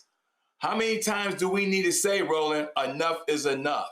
And that's the part that from Kadir Skinner, Eric Gardner, Breonna Taylor, the list continues. These families demand justice. And when you continue to have more questions than answers, we're going to get the response that we currently have. Indeed, indeed. Folks, we're going to continue to cover this story, give you the latest. And again, I need people to understand, there's a lot of conversation around this. We don't have much information. We don't have much information. So our objective is to give you real, credible information. So whatever's the latest, what's new, we'll actually have that for you. Got to go to a break. We come back. Texas Governor Greg Abbott chastises Texas Representative James Tellerico, saying he has policies that don't help black folks, black Texans. Ever looked in the mirror, Greg Abbott? That's next. Roland Martin Unfiltered on the Black Star Network. All right, folks, let me tell you about Chapter. Now, if you're on Medicare or about to be, the system is not set up to work for you. Too much fine print, too many plans, and too many people making money off of your confusion. And look, we're used to this. We're no strangers to systems that don't have our best interests at heart. But we don't have to accept it when it comes to Medicare. That's why I'm telling you about Chapter. Their advisors are independent and honest. In fact, they're the only Medicare advisors that compare every plan nationwide. And they're focused on one thing: what works for you. If there's a better plan out there, they'll find it. If you're already in the right one, they'll tell you that too. There are no games. Just last year, people who switched with Chapter saved an average of $1,100. It's 20 minutes and a real person. It's completely free. My parents actually have already called. My mom sent me a text. Folks, give Chapter a call at 724-264-8281, 724-264-8281, and connect with someone you can trust. Folks, these are the kind of services that we need for our audience here at Roland Martin Unfiltered and the Black Star Network. So call Chapter right now, 724-264-8281. This week on The Other Side of Change. Black life, Black death, in a country that was never built for us. We are talking about 18-year-old Nolan Wells, his family's search for answers, and the way that our own trauma is showing up in how we are reacting to the media. Where was Nolan in the 90 minutes between when you're claiming you last saw him and when you actually left the island? Because 90 minutes is a lot of time. So where was he? Tune in on The Other Side of Change, only on the Black Star Network.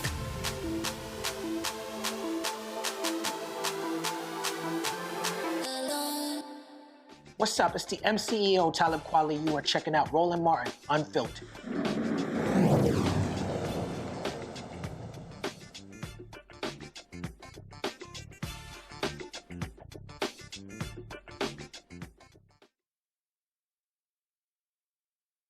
Folks, on Sunday and Monday, Texas State Representative James Tallarico, the Democratic candidate for the United States Senate, held forums in Houston and Dallas speaking to black voters. We streamed the event in Dallas on Monday's show. He, of course, is running against the corrupt Texas Attorney General Ken Paxton.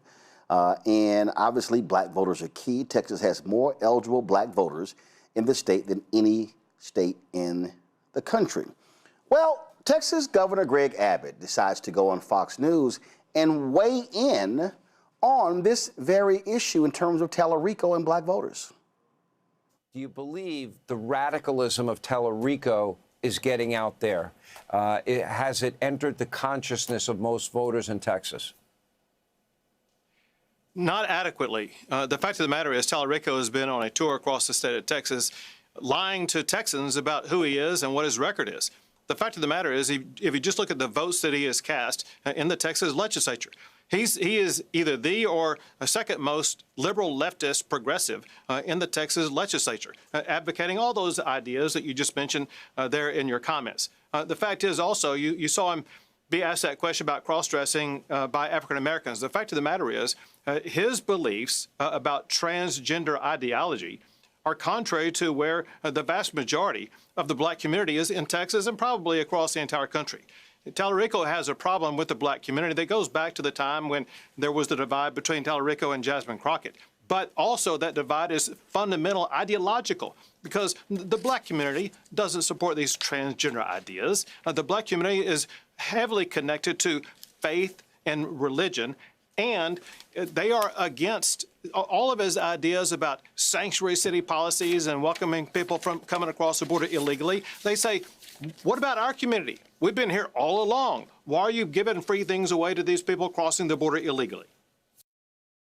Wow, I didn't realize that Greg Abbott cares so much about black people. That's interesting because considering black people in Texas despise Greg Abbott and his policies. Now, he referenced the question being asked about transgender at the town hall. It wasn't black voters that asked the question. It was a black woman that asked the question who happens to be a Republican. Yeah, she actually was outed later on as to who she is. And so again, here he is running his mouth on this. Well, Congressman Christian Menifee of Houston decided to weigh in on this. And this is what he said on Twitter. He said, Congressman out of Texas here, running down Greg Abbott's rap sheet with black Texans, for those who aren't familiar, signed a mail ballot law that got black voters rejected at far higher rates than white voters, pushed a voter ID law struck down as racially discriminatory by one of the most conservative appeals courts in the country, redrew our congressional map and eliminated a black district in Houston, also a black district in Dallas, ended race-conscious hiring at state agencies and universities, appointed the guy who killed the state's minority-owned business certification program, refuses to expand Medicaid, leaving over 1 million low-income Texans, mostly black and Hispanic, without health insurance, bans schools from teaching about institutional racism, pardoned a bigot who murdered a black activist but wouldn't give George Floyd a posthumous pardon even after his own parole board recommended it, left Texas 18, a historically black district, without a voice in Congress for nearly a year, sued by the NAACP over voting restrictions again and again. Greg Abbott, that's your record. You don't get to speak for black Texans. We all know you couldn't care less about us, and you actively harm our communities. Sit this one out. Joining me right now is Isaiah Martin, a political commentator, content creator. Glad to have you here. But let me also remind people that the Biden administration the Department of HUD was set to sue Texas because they actually held back $1 billion from Harris County and said that hurt low-income communities. Isaiah, you're there in Houston. You ran for Congress. I'm born and raised in Houston.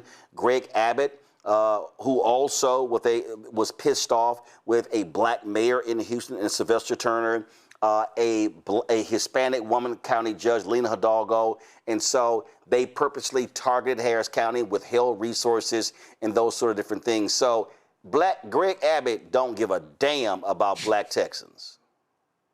Absolutely not. And I just think that it's absolutely hilarious for him to position himself as any type of authority on this issue whatsoever, because everywhere I go, black Texans and just Texans in general, whenever I visit Houston, say that they're sick of these price increases as a result of the tariffs that Trump has put on everything. They're sick of the fact that we're fighting a dumb war because Trump went and got us into it. Now, ultimately, Greg Abbott has his hand in all of these things because he's supported candidates that are rubber stamps on all of these policies and has been absolutely a disaster.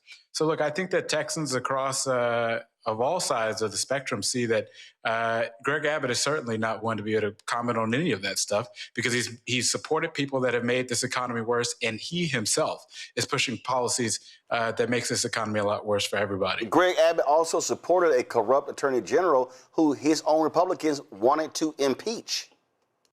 That's right.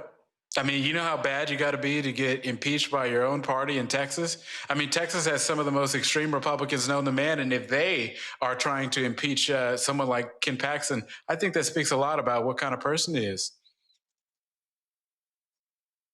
Talk about what Tellerico has to do. First of all, a poll came out showing that he's performing better among African Americans than Beto O'Rourke was at this time, then Congressman, and then Congressman Colin Allred.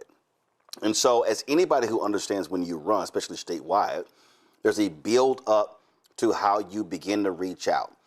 He announced he's going to be investing some $25 million in African-American turnout in different ways. And so how would you assess thus far this black outreach?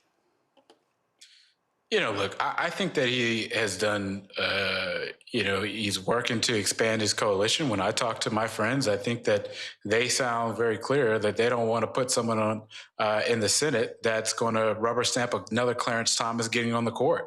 I mean, that's really, I think, a top of mind issue. So, look, I think that Tellerico has got to go out there and reach people from all sides of the state. But I think the ultimate reality here is that black voters time and time again have understood the threats that Republicans have put up. And I think they're going to make that same determination again.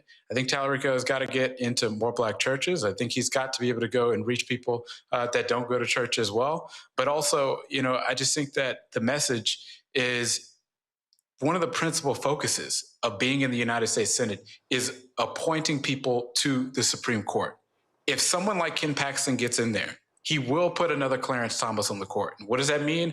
More rollbacks of the protections that have prevented a lot of the cancer, the pollution inside of our neighborhoods. It's going to result in someone who's going to rubber stamp in all these tariffs that goes forward. That is a principal focus. And I know that Tellerico will vote against any of these judges that someone like Trump puts up there moving forward. Well, what's also more hilarious, here's Abbott talking about where Tellerico is in black Texans, and Ken Paxton, his entire agenda has been putting a bullseye on black people. Ken Paxton has not been a friend to black Texans, and if he's in the United States Senate, he damn sure is not going to support civil rights. He's not going to support expansion of opportunities for black businesses. And we can go down the line on things that he will not be supporting at all. That's right. I mean, 100%, whether it's supporting language and contracts that help Black businesses go and get additional contracts. You know, that's a really big focus of legislators, particularly in Congress, to go create these grant programs that are available for people. So ultimately, Ken Paxton will be no friend to the Black community. I think that people understand that very clearly, but it's just making sure that message gets communicated to people. But, you know, the other thing is that I think it's important to, yes, call out the things that Ken Paxton that we are against that Ken Paxton supports, but also talk about the things that Tallarico can do for us. Tallarico will be a vote to go and expand the Affordable Care Act, which is going to reduce prices for us folks at home, because we already know that health insurance premiums are up by more than 26% this year. We know that Tallarico will be a vote against these ridiculous tariffs that are raising costs at the grocery store for business owners and everything else. That's something that is going to go and save people money directly. So I think it's important to talk about, yes, why we don't like Ken Paxton, but voting for Tallarico is also going to put more money in your pocket by supporting policies that's going to do that for affordability. And just in case folks don't realize this, the Texas Public Opinion Research Poll came out, and Gina Hinojosa, who's running against Greg Abbott for governor, there's a 57-point difference between her and Abbott among African Americans. So Greg Abbott, you have a Black problem. Yeah, he 100% does. And he always has. I mean, that's the thing. Like, you know, the belief that anybody would go listen to Greg Abbott on Fox News and say that, wow, you know, this is a guy who's a champion for Black voters, it's just absurd. You know, it's just the audacity of this guy. But like I said, I know that Black voters see through this stuff. And I think that ultimately going out there, communicating an affirmative vision for what people will get with someone like Tallarico in the Senate and Gina Hinojosa in the governor's mansion, I think is going to be really important moving forward. One of the things that I have tried to also make clear to people is that, and listen, the primary was in March. There are a lot of folks who supported Congressman Jasmine Crockett. And look, I voted for her. I got no problem actually saying it. She was my member of Congress. I'm still registered in the 30th Congressional District in Texas. But the reality is she lost. She lost. The primary is over. You have a general election.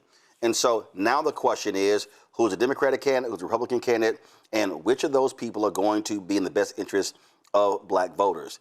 To me, it ain't even a conversation between Tallarico and Paxton. Like, ain't even a conversation. I mean, Paxton can't even figure out what house he votes from, but he wants to talk about voter fraud.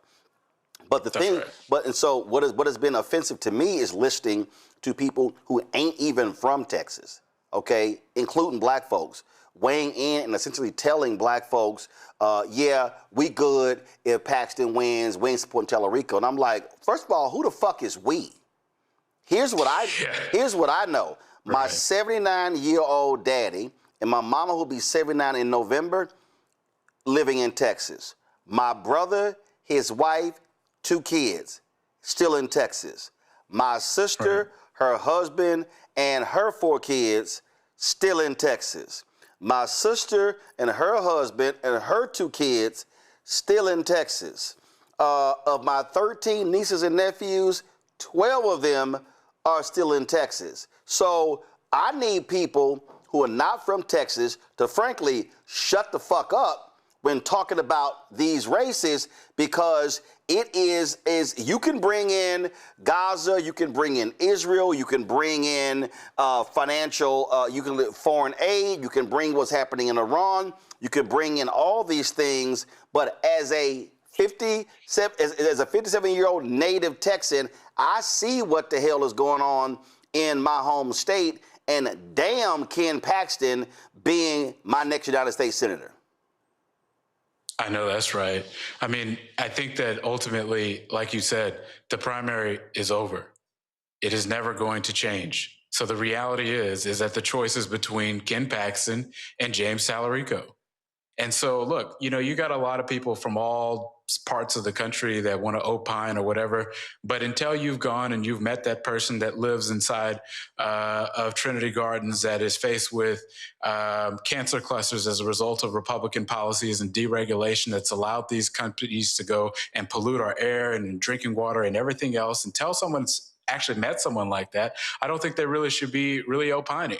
And the reality is, putting someone like Ken Paxton is going to endanger the lives of everybody that lives in Texas. It's really just that simple. And I'll tell you what, putting another Clarence Thomas on the court for literally 40 more years is going to be quite literally the most disastrous thing that anybody could have ever imagined. So look, it's a binary choice. You've got between James Tallarico or Ken Paxton. I think that the person that's going to be a vote against tariffs, a vote against the next Clarence Thomas, a vote to make sure that we can expand the Affordable Care Act to go and make sure that healthcare is given to everybody, a vote to make sure that we protect Social Security and expand it instead of trying to constantly take it away. That is exponentially better than someone who's going to vote to send trillions of more tax dollars to the richest people on earth, vote to go and send us into more war that's going to cost the American taxpayer more and more money, and someone who's absolutely going to go forward and continue the rampage against Black-owned businesses, American businesses in general. I think that's a no-brainer, and we cannot allow for folks that are paid agitators to try to go and mess that point up. You know, I think that even if you look even further, during the presidential election, we understood that the choice was between Kamala Harris and Donald Trump. Look at the effects of what that's done.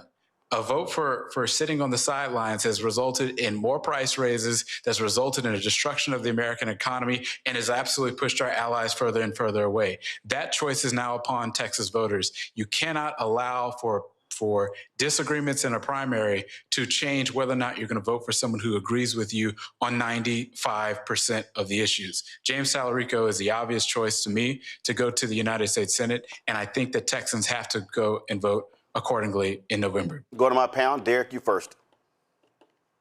Yeah, listen, Isaiah, I certainly agree with you and my dear brother. But my question is this, right? Because Texas could be very pivotal when you think about Tallarico winning, and that one Senate seat can influence and impact the entire United States. What can we do in the other southern states? Because we have our fight over here in Georgia trying to get Ossoff to reelected. What can we do to collaborate between Texas, Georgia, Louisiana, Gary Chambers doing his thing? I think there's strength if we collaborate along these 11 southern states.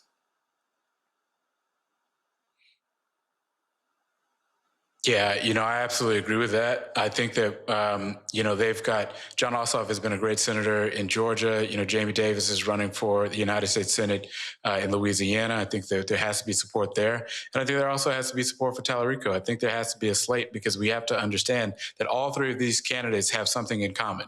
They are against the tariffs that are raising prices for Americans. They are against what's being done to get rid of the ACA subsidies that's making you at home pay more for things. So understanding that if you like Ossoff, well, you're also going to like Jamie Davis. You're also going to like James Tallarico, because they support policies that's going to put more money in your pocket. I think we have to communicate that to folks far and wide. Rebecca. Hey, Isaiah, I hear your analysis, but I don't think it addresses some of the data and some of the focus groups that Terrence Woodbury has been producing over the last couple of years. For people who do plan to vote, looking at the choice between Tallarico versus Paxton, okay, cool, right? I understand that. But there are people who have done all the right things. They showed up to vote, their life hasn't gotten better.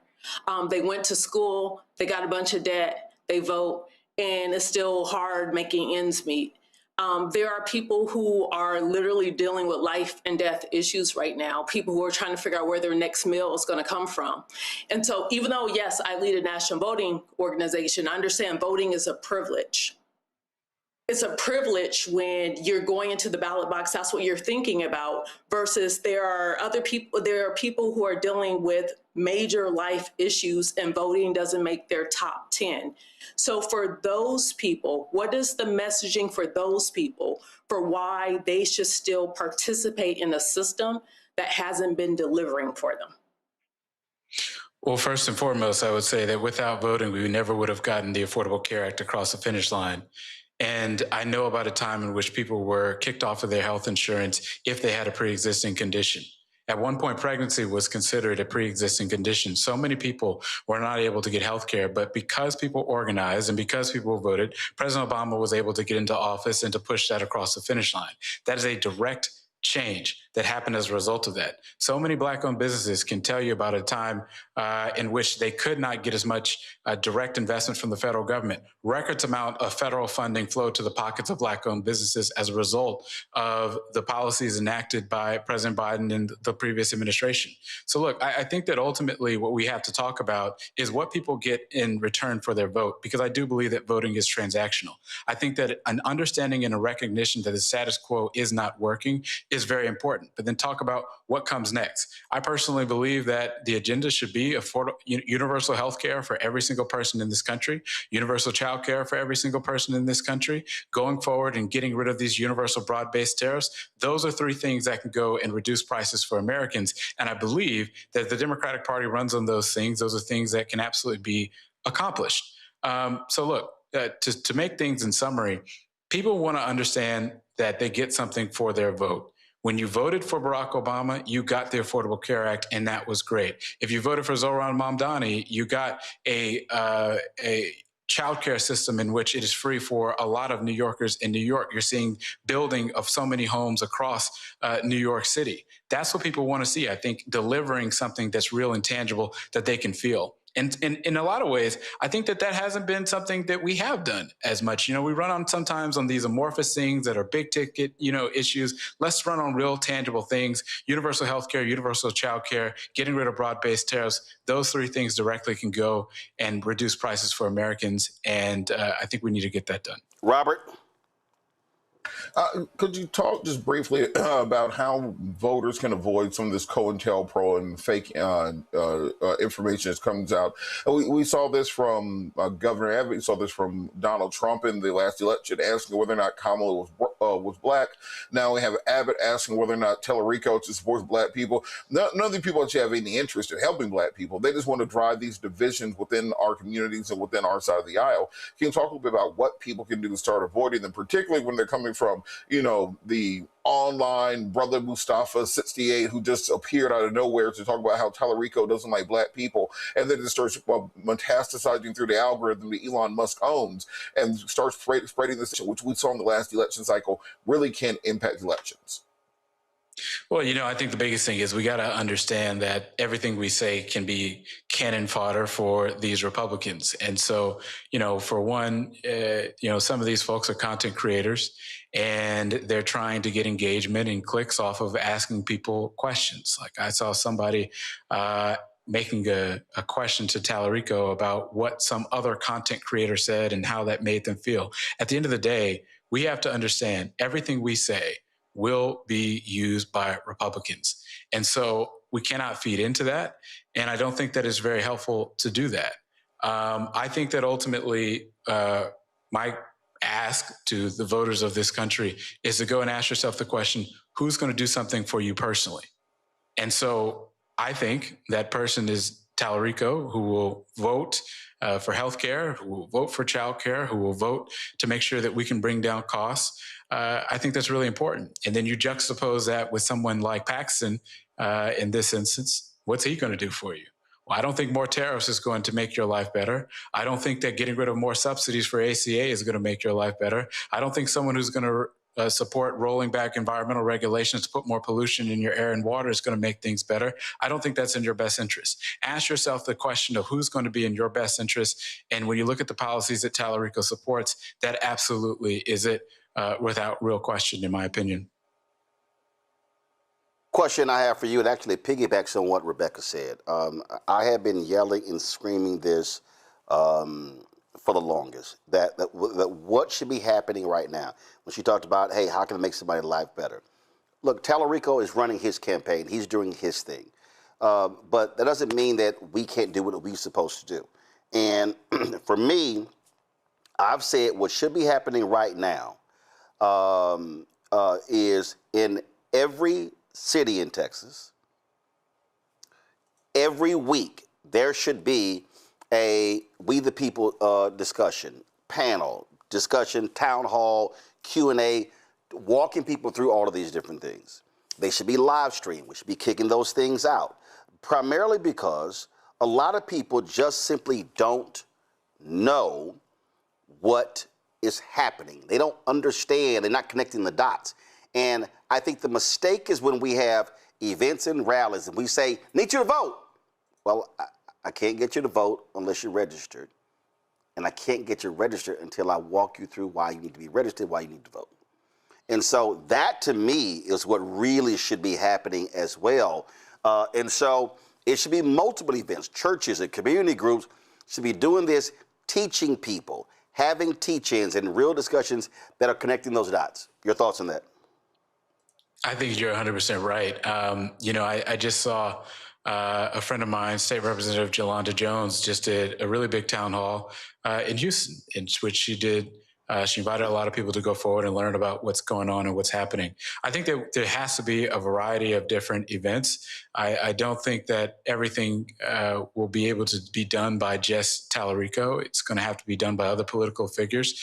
And also, with our own individual selves. Talk to your friends and family about the importance of voting and why it is. If you do see someone repost something that is disinformation that you know is not true, go and talk to those people and debunk that. This is going to have to be a team effort, because at the end of the day, we all share the understanding that the Republicans cannot win. Now, if we disagree with some of the ways that Tallarico might be campaigning or whatever, take matters into your own hands. Say, what do I need to go do to go and correct the record and to go and spread the words to people? I know that I am doing everything I possibly can, even though I don't live in Texas anymore, to go and spread the word to my friends that are still living in Texas about why it's important to go vote. And the particular things that they're going to be getting as a result of voting for Tallarico. So we've all got to pick up our mantle. I remember my late mentor, Congresswoman Jackson Lee, once said that no one is coming to save us. We are the ones that are the cavalry. And so we have to pick up that mantle ourselves and go and do everything in our can to go forward and spread the word to as many people as possible. You talked about folks. So what? You left Texas? Where you go? I live in the DMV now. Oh, yo ass. See, you need to live in the DMV and keep your voter registration in Texas. See, that's allowed. That's allowed. You never know. Well, I've been doing it. What'd you say, Rebecca? I said, check your local rules, consult an attorney, because in Texas, they are bringing felony charges to people outside of Paxton if you are voting at an address in which that is not your domicile. So right. Make sure you check local law. When you got a homestead and sure. paying them, when you got a homestead and you paying them property taxes on your home and it's in your name, that's your house. That's right. Yeah. So I know my house is because I own it and I pay them damn property taxes. Absolutely. That's right. Every year. All right, Azia, I appreciate it. Thanks a lot. Absolutely. Thanks for having me. Folks, we talked about organizing. Go to my iPad. This Saturday in Houston, Freedom Summer 2.0. They're going to be in Houston this Saturday. You see it right here. July 24th, 25th. They're in Austin, August 21st and 22nd. Dallas, September 18th and 19th. Got various performances. But also, if you want to learn more information, this is the QR code right here. And so again, right there, Houston needs y'all to show up. Freedom Summer 2.0, great training, things that'll be going on this Saturday in H-Town. All right, y'all. New York City, Zohran Mamdani made it clear that he wanted to arrest Israeli Prime Minister Benjamin Netanyahu, but the reality is he can't do that. This thing called diplomatic immunity. And Donald Trump like, oh, he can't do it. But that didn't stop him from dropping this video. Benjamin Netanyahu is a war criminal, the architect of a horrific genocide against the Palestinian people. He is responsible for the killing of more than 73,000 people, for the maiming of tens of thousands of children, as those who survive undergo amputation without anesthesia, for the targeting of neonatal hospitals and maternity care centers, denying newborns even the chance to live, for the countless people he starved as he blocked food and humanitarian aid from reaching them, for the gunning down of hundreds of aid workers and journalists. And just last month, the UN confirmed that Palestinian children continue to be deliberately targeted and killed by Israeli armed forces, more than 8 months after the so-called ceasefire. The list goes on and on, all as we, as Americans, pay for the bombs that do the killing. There is a reason the International Criminal Court issued a warrant for his arrest. As human beings, we have spent generations building a shared understanding that there are crimes so grave they offend all of humanity. Anyone, with their eyes, with their heart, with their conscience, should recognize the devastation he has wrought and understand that he belongs before a court of law. As I've said, I agree with the ICC that Benjamin Netanyahu should be arrested and tried for his crimes, as I do for anyone else charged by the ICC. My administration has reviewed every avenue available under applicable law to determine whether New York City could execute the International Criminal Court's arrest warrant if Benjamin Netanyahu came here. It is clear that we do not have the independent legal authority to enforce this warrant. The federal government, however, does, and I call on them to join the ICC and execute this warrant. And I want to be equally clear. Benjamin Netanyahu is not welcome in New York City, nor is any other war criminal at large. While we cannot end the genocide on our own, we can decide whether our silence will become another weapon, and we can examine every tool we have to defend the humanity and dignity of all people. That is my commitment to you. You know, it's always quite interesting, Rebecca, United States, we want to execute the rule of law. We will actually go into Venezuela and kidnap its president and drag him back here out of his country to execute an indictment in this country. But then we don't care about the ICC when they rule against us or our friends. Well, it sounds like the United States is committed to exercising and protecting the white supremacist rule of law here. Because here's the bottom line. We know Netanyahu is a war criminal. We know what's happening in Israel, in Gaza, is genocide. That is clear. That's what history is going to show. That is what the present is showing, and is very clear now. You know what? I think in the previous segment, I talked about how do you convince people to vote, even if voting is on their top 10 things to do. Being a moral leader, the way we see the mayor of New York being at this moment, is a reason to support him. It's a reason why people who may not be actively involved in our political system say, hey, you know what, that's a leader. That's somebody who's actually trying to do the right thing. That's someone who's actually trying to make people's lives better. And then we see the policy that he's doing. He's doing a lot of pro-Black policy, a lot of policy that doesn't just help Black communities, but it helps all communities. Because we know when you do pro-Black policies as a matter of public policy, it actually helps everybody. And so that is the future. If we want to get Gen Z, if we want to get Gen Alpha, that's what it looks like. It is unfortunate that there are members of his own party who don't support him, but that is the future. That's the reason why you see certain candidates like looking at the Senate race in Michigan. It's the reason why you're seeing people gravitate towards those types of candidates, those types of leaders, and they want them to be their elected leader because they're showing moral clarity in this moment, and they're not doing this equivocation. They're not playing politics, but instead they're actually trying to deliver for people. And what also I think jumps out here, Robert, is that Mamdani is not buckling from the pressure. His whole deal is, oh, y'all mad? Suck it.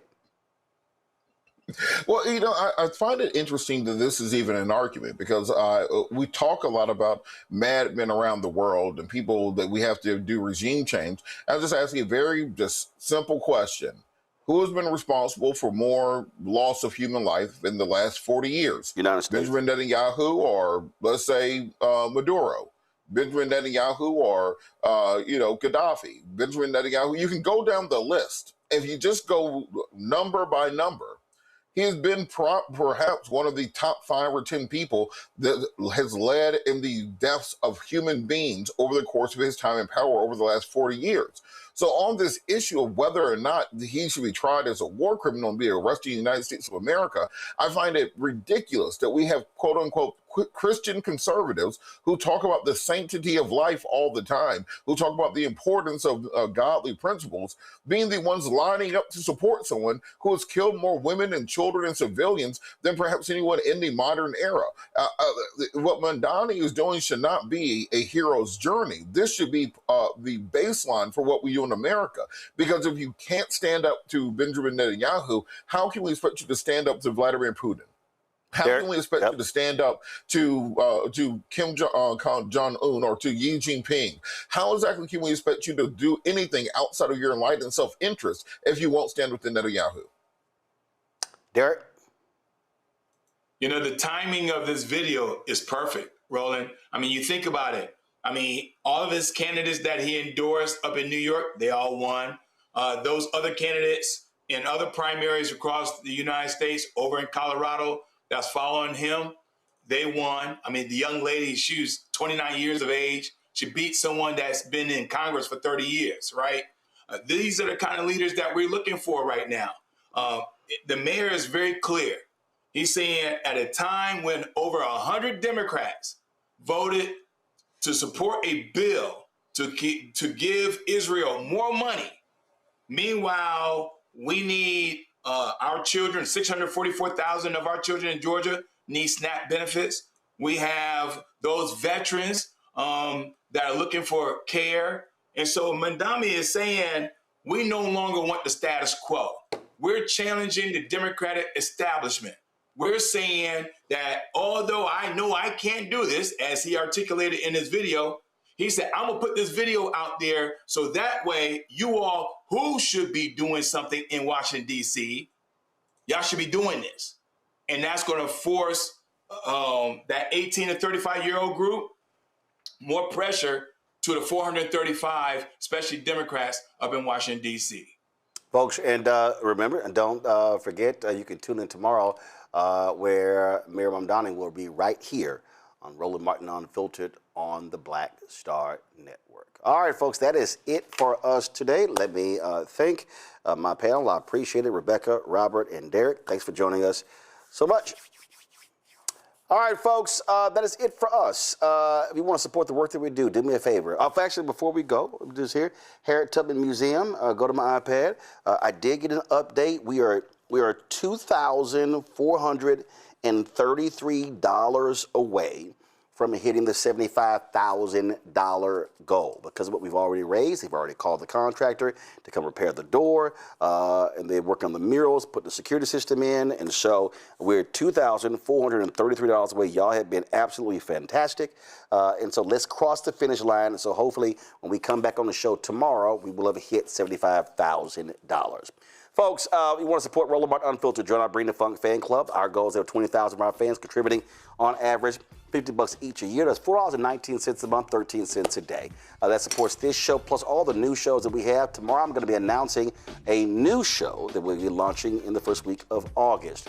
If you want to support us via Cash App, use a Stripe QR code. You see it right here on the screen.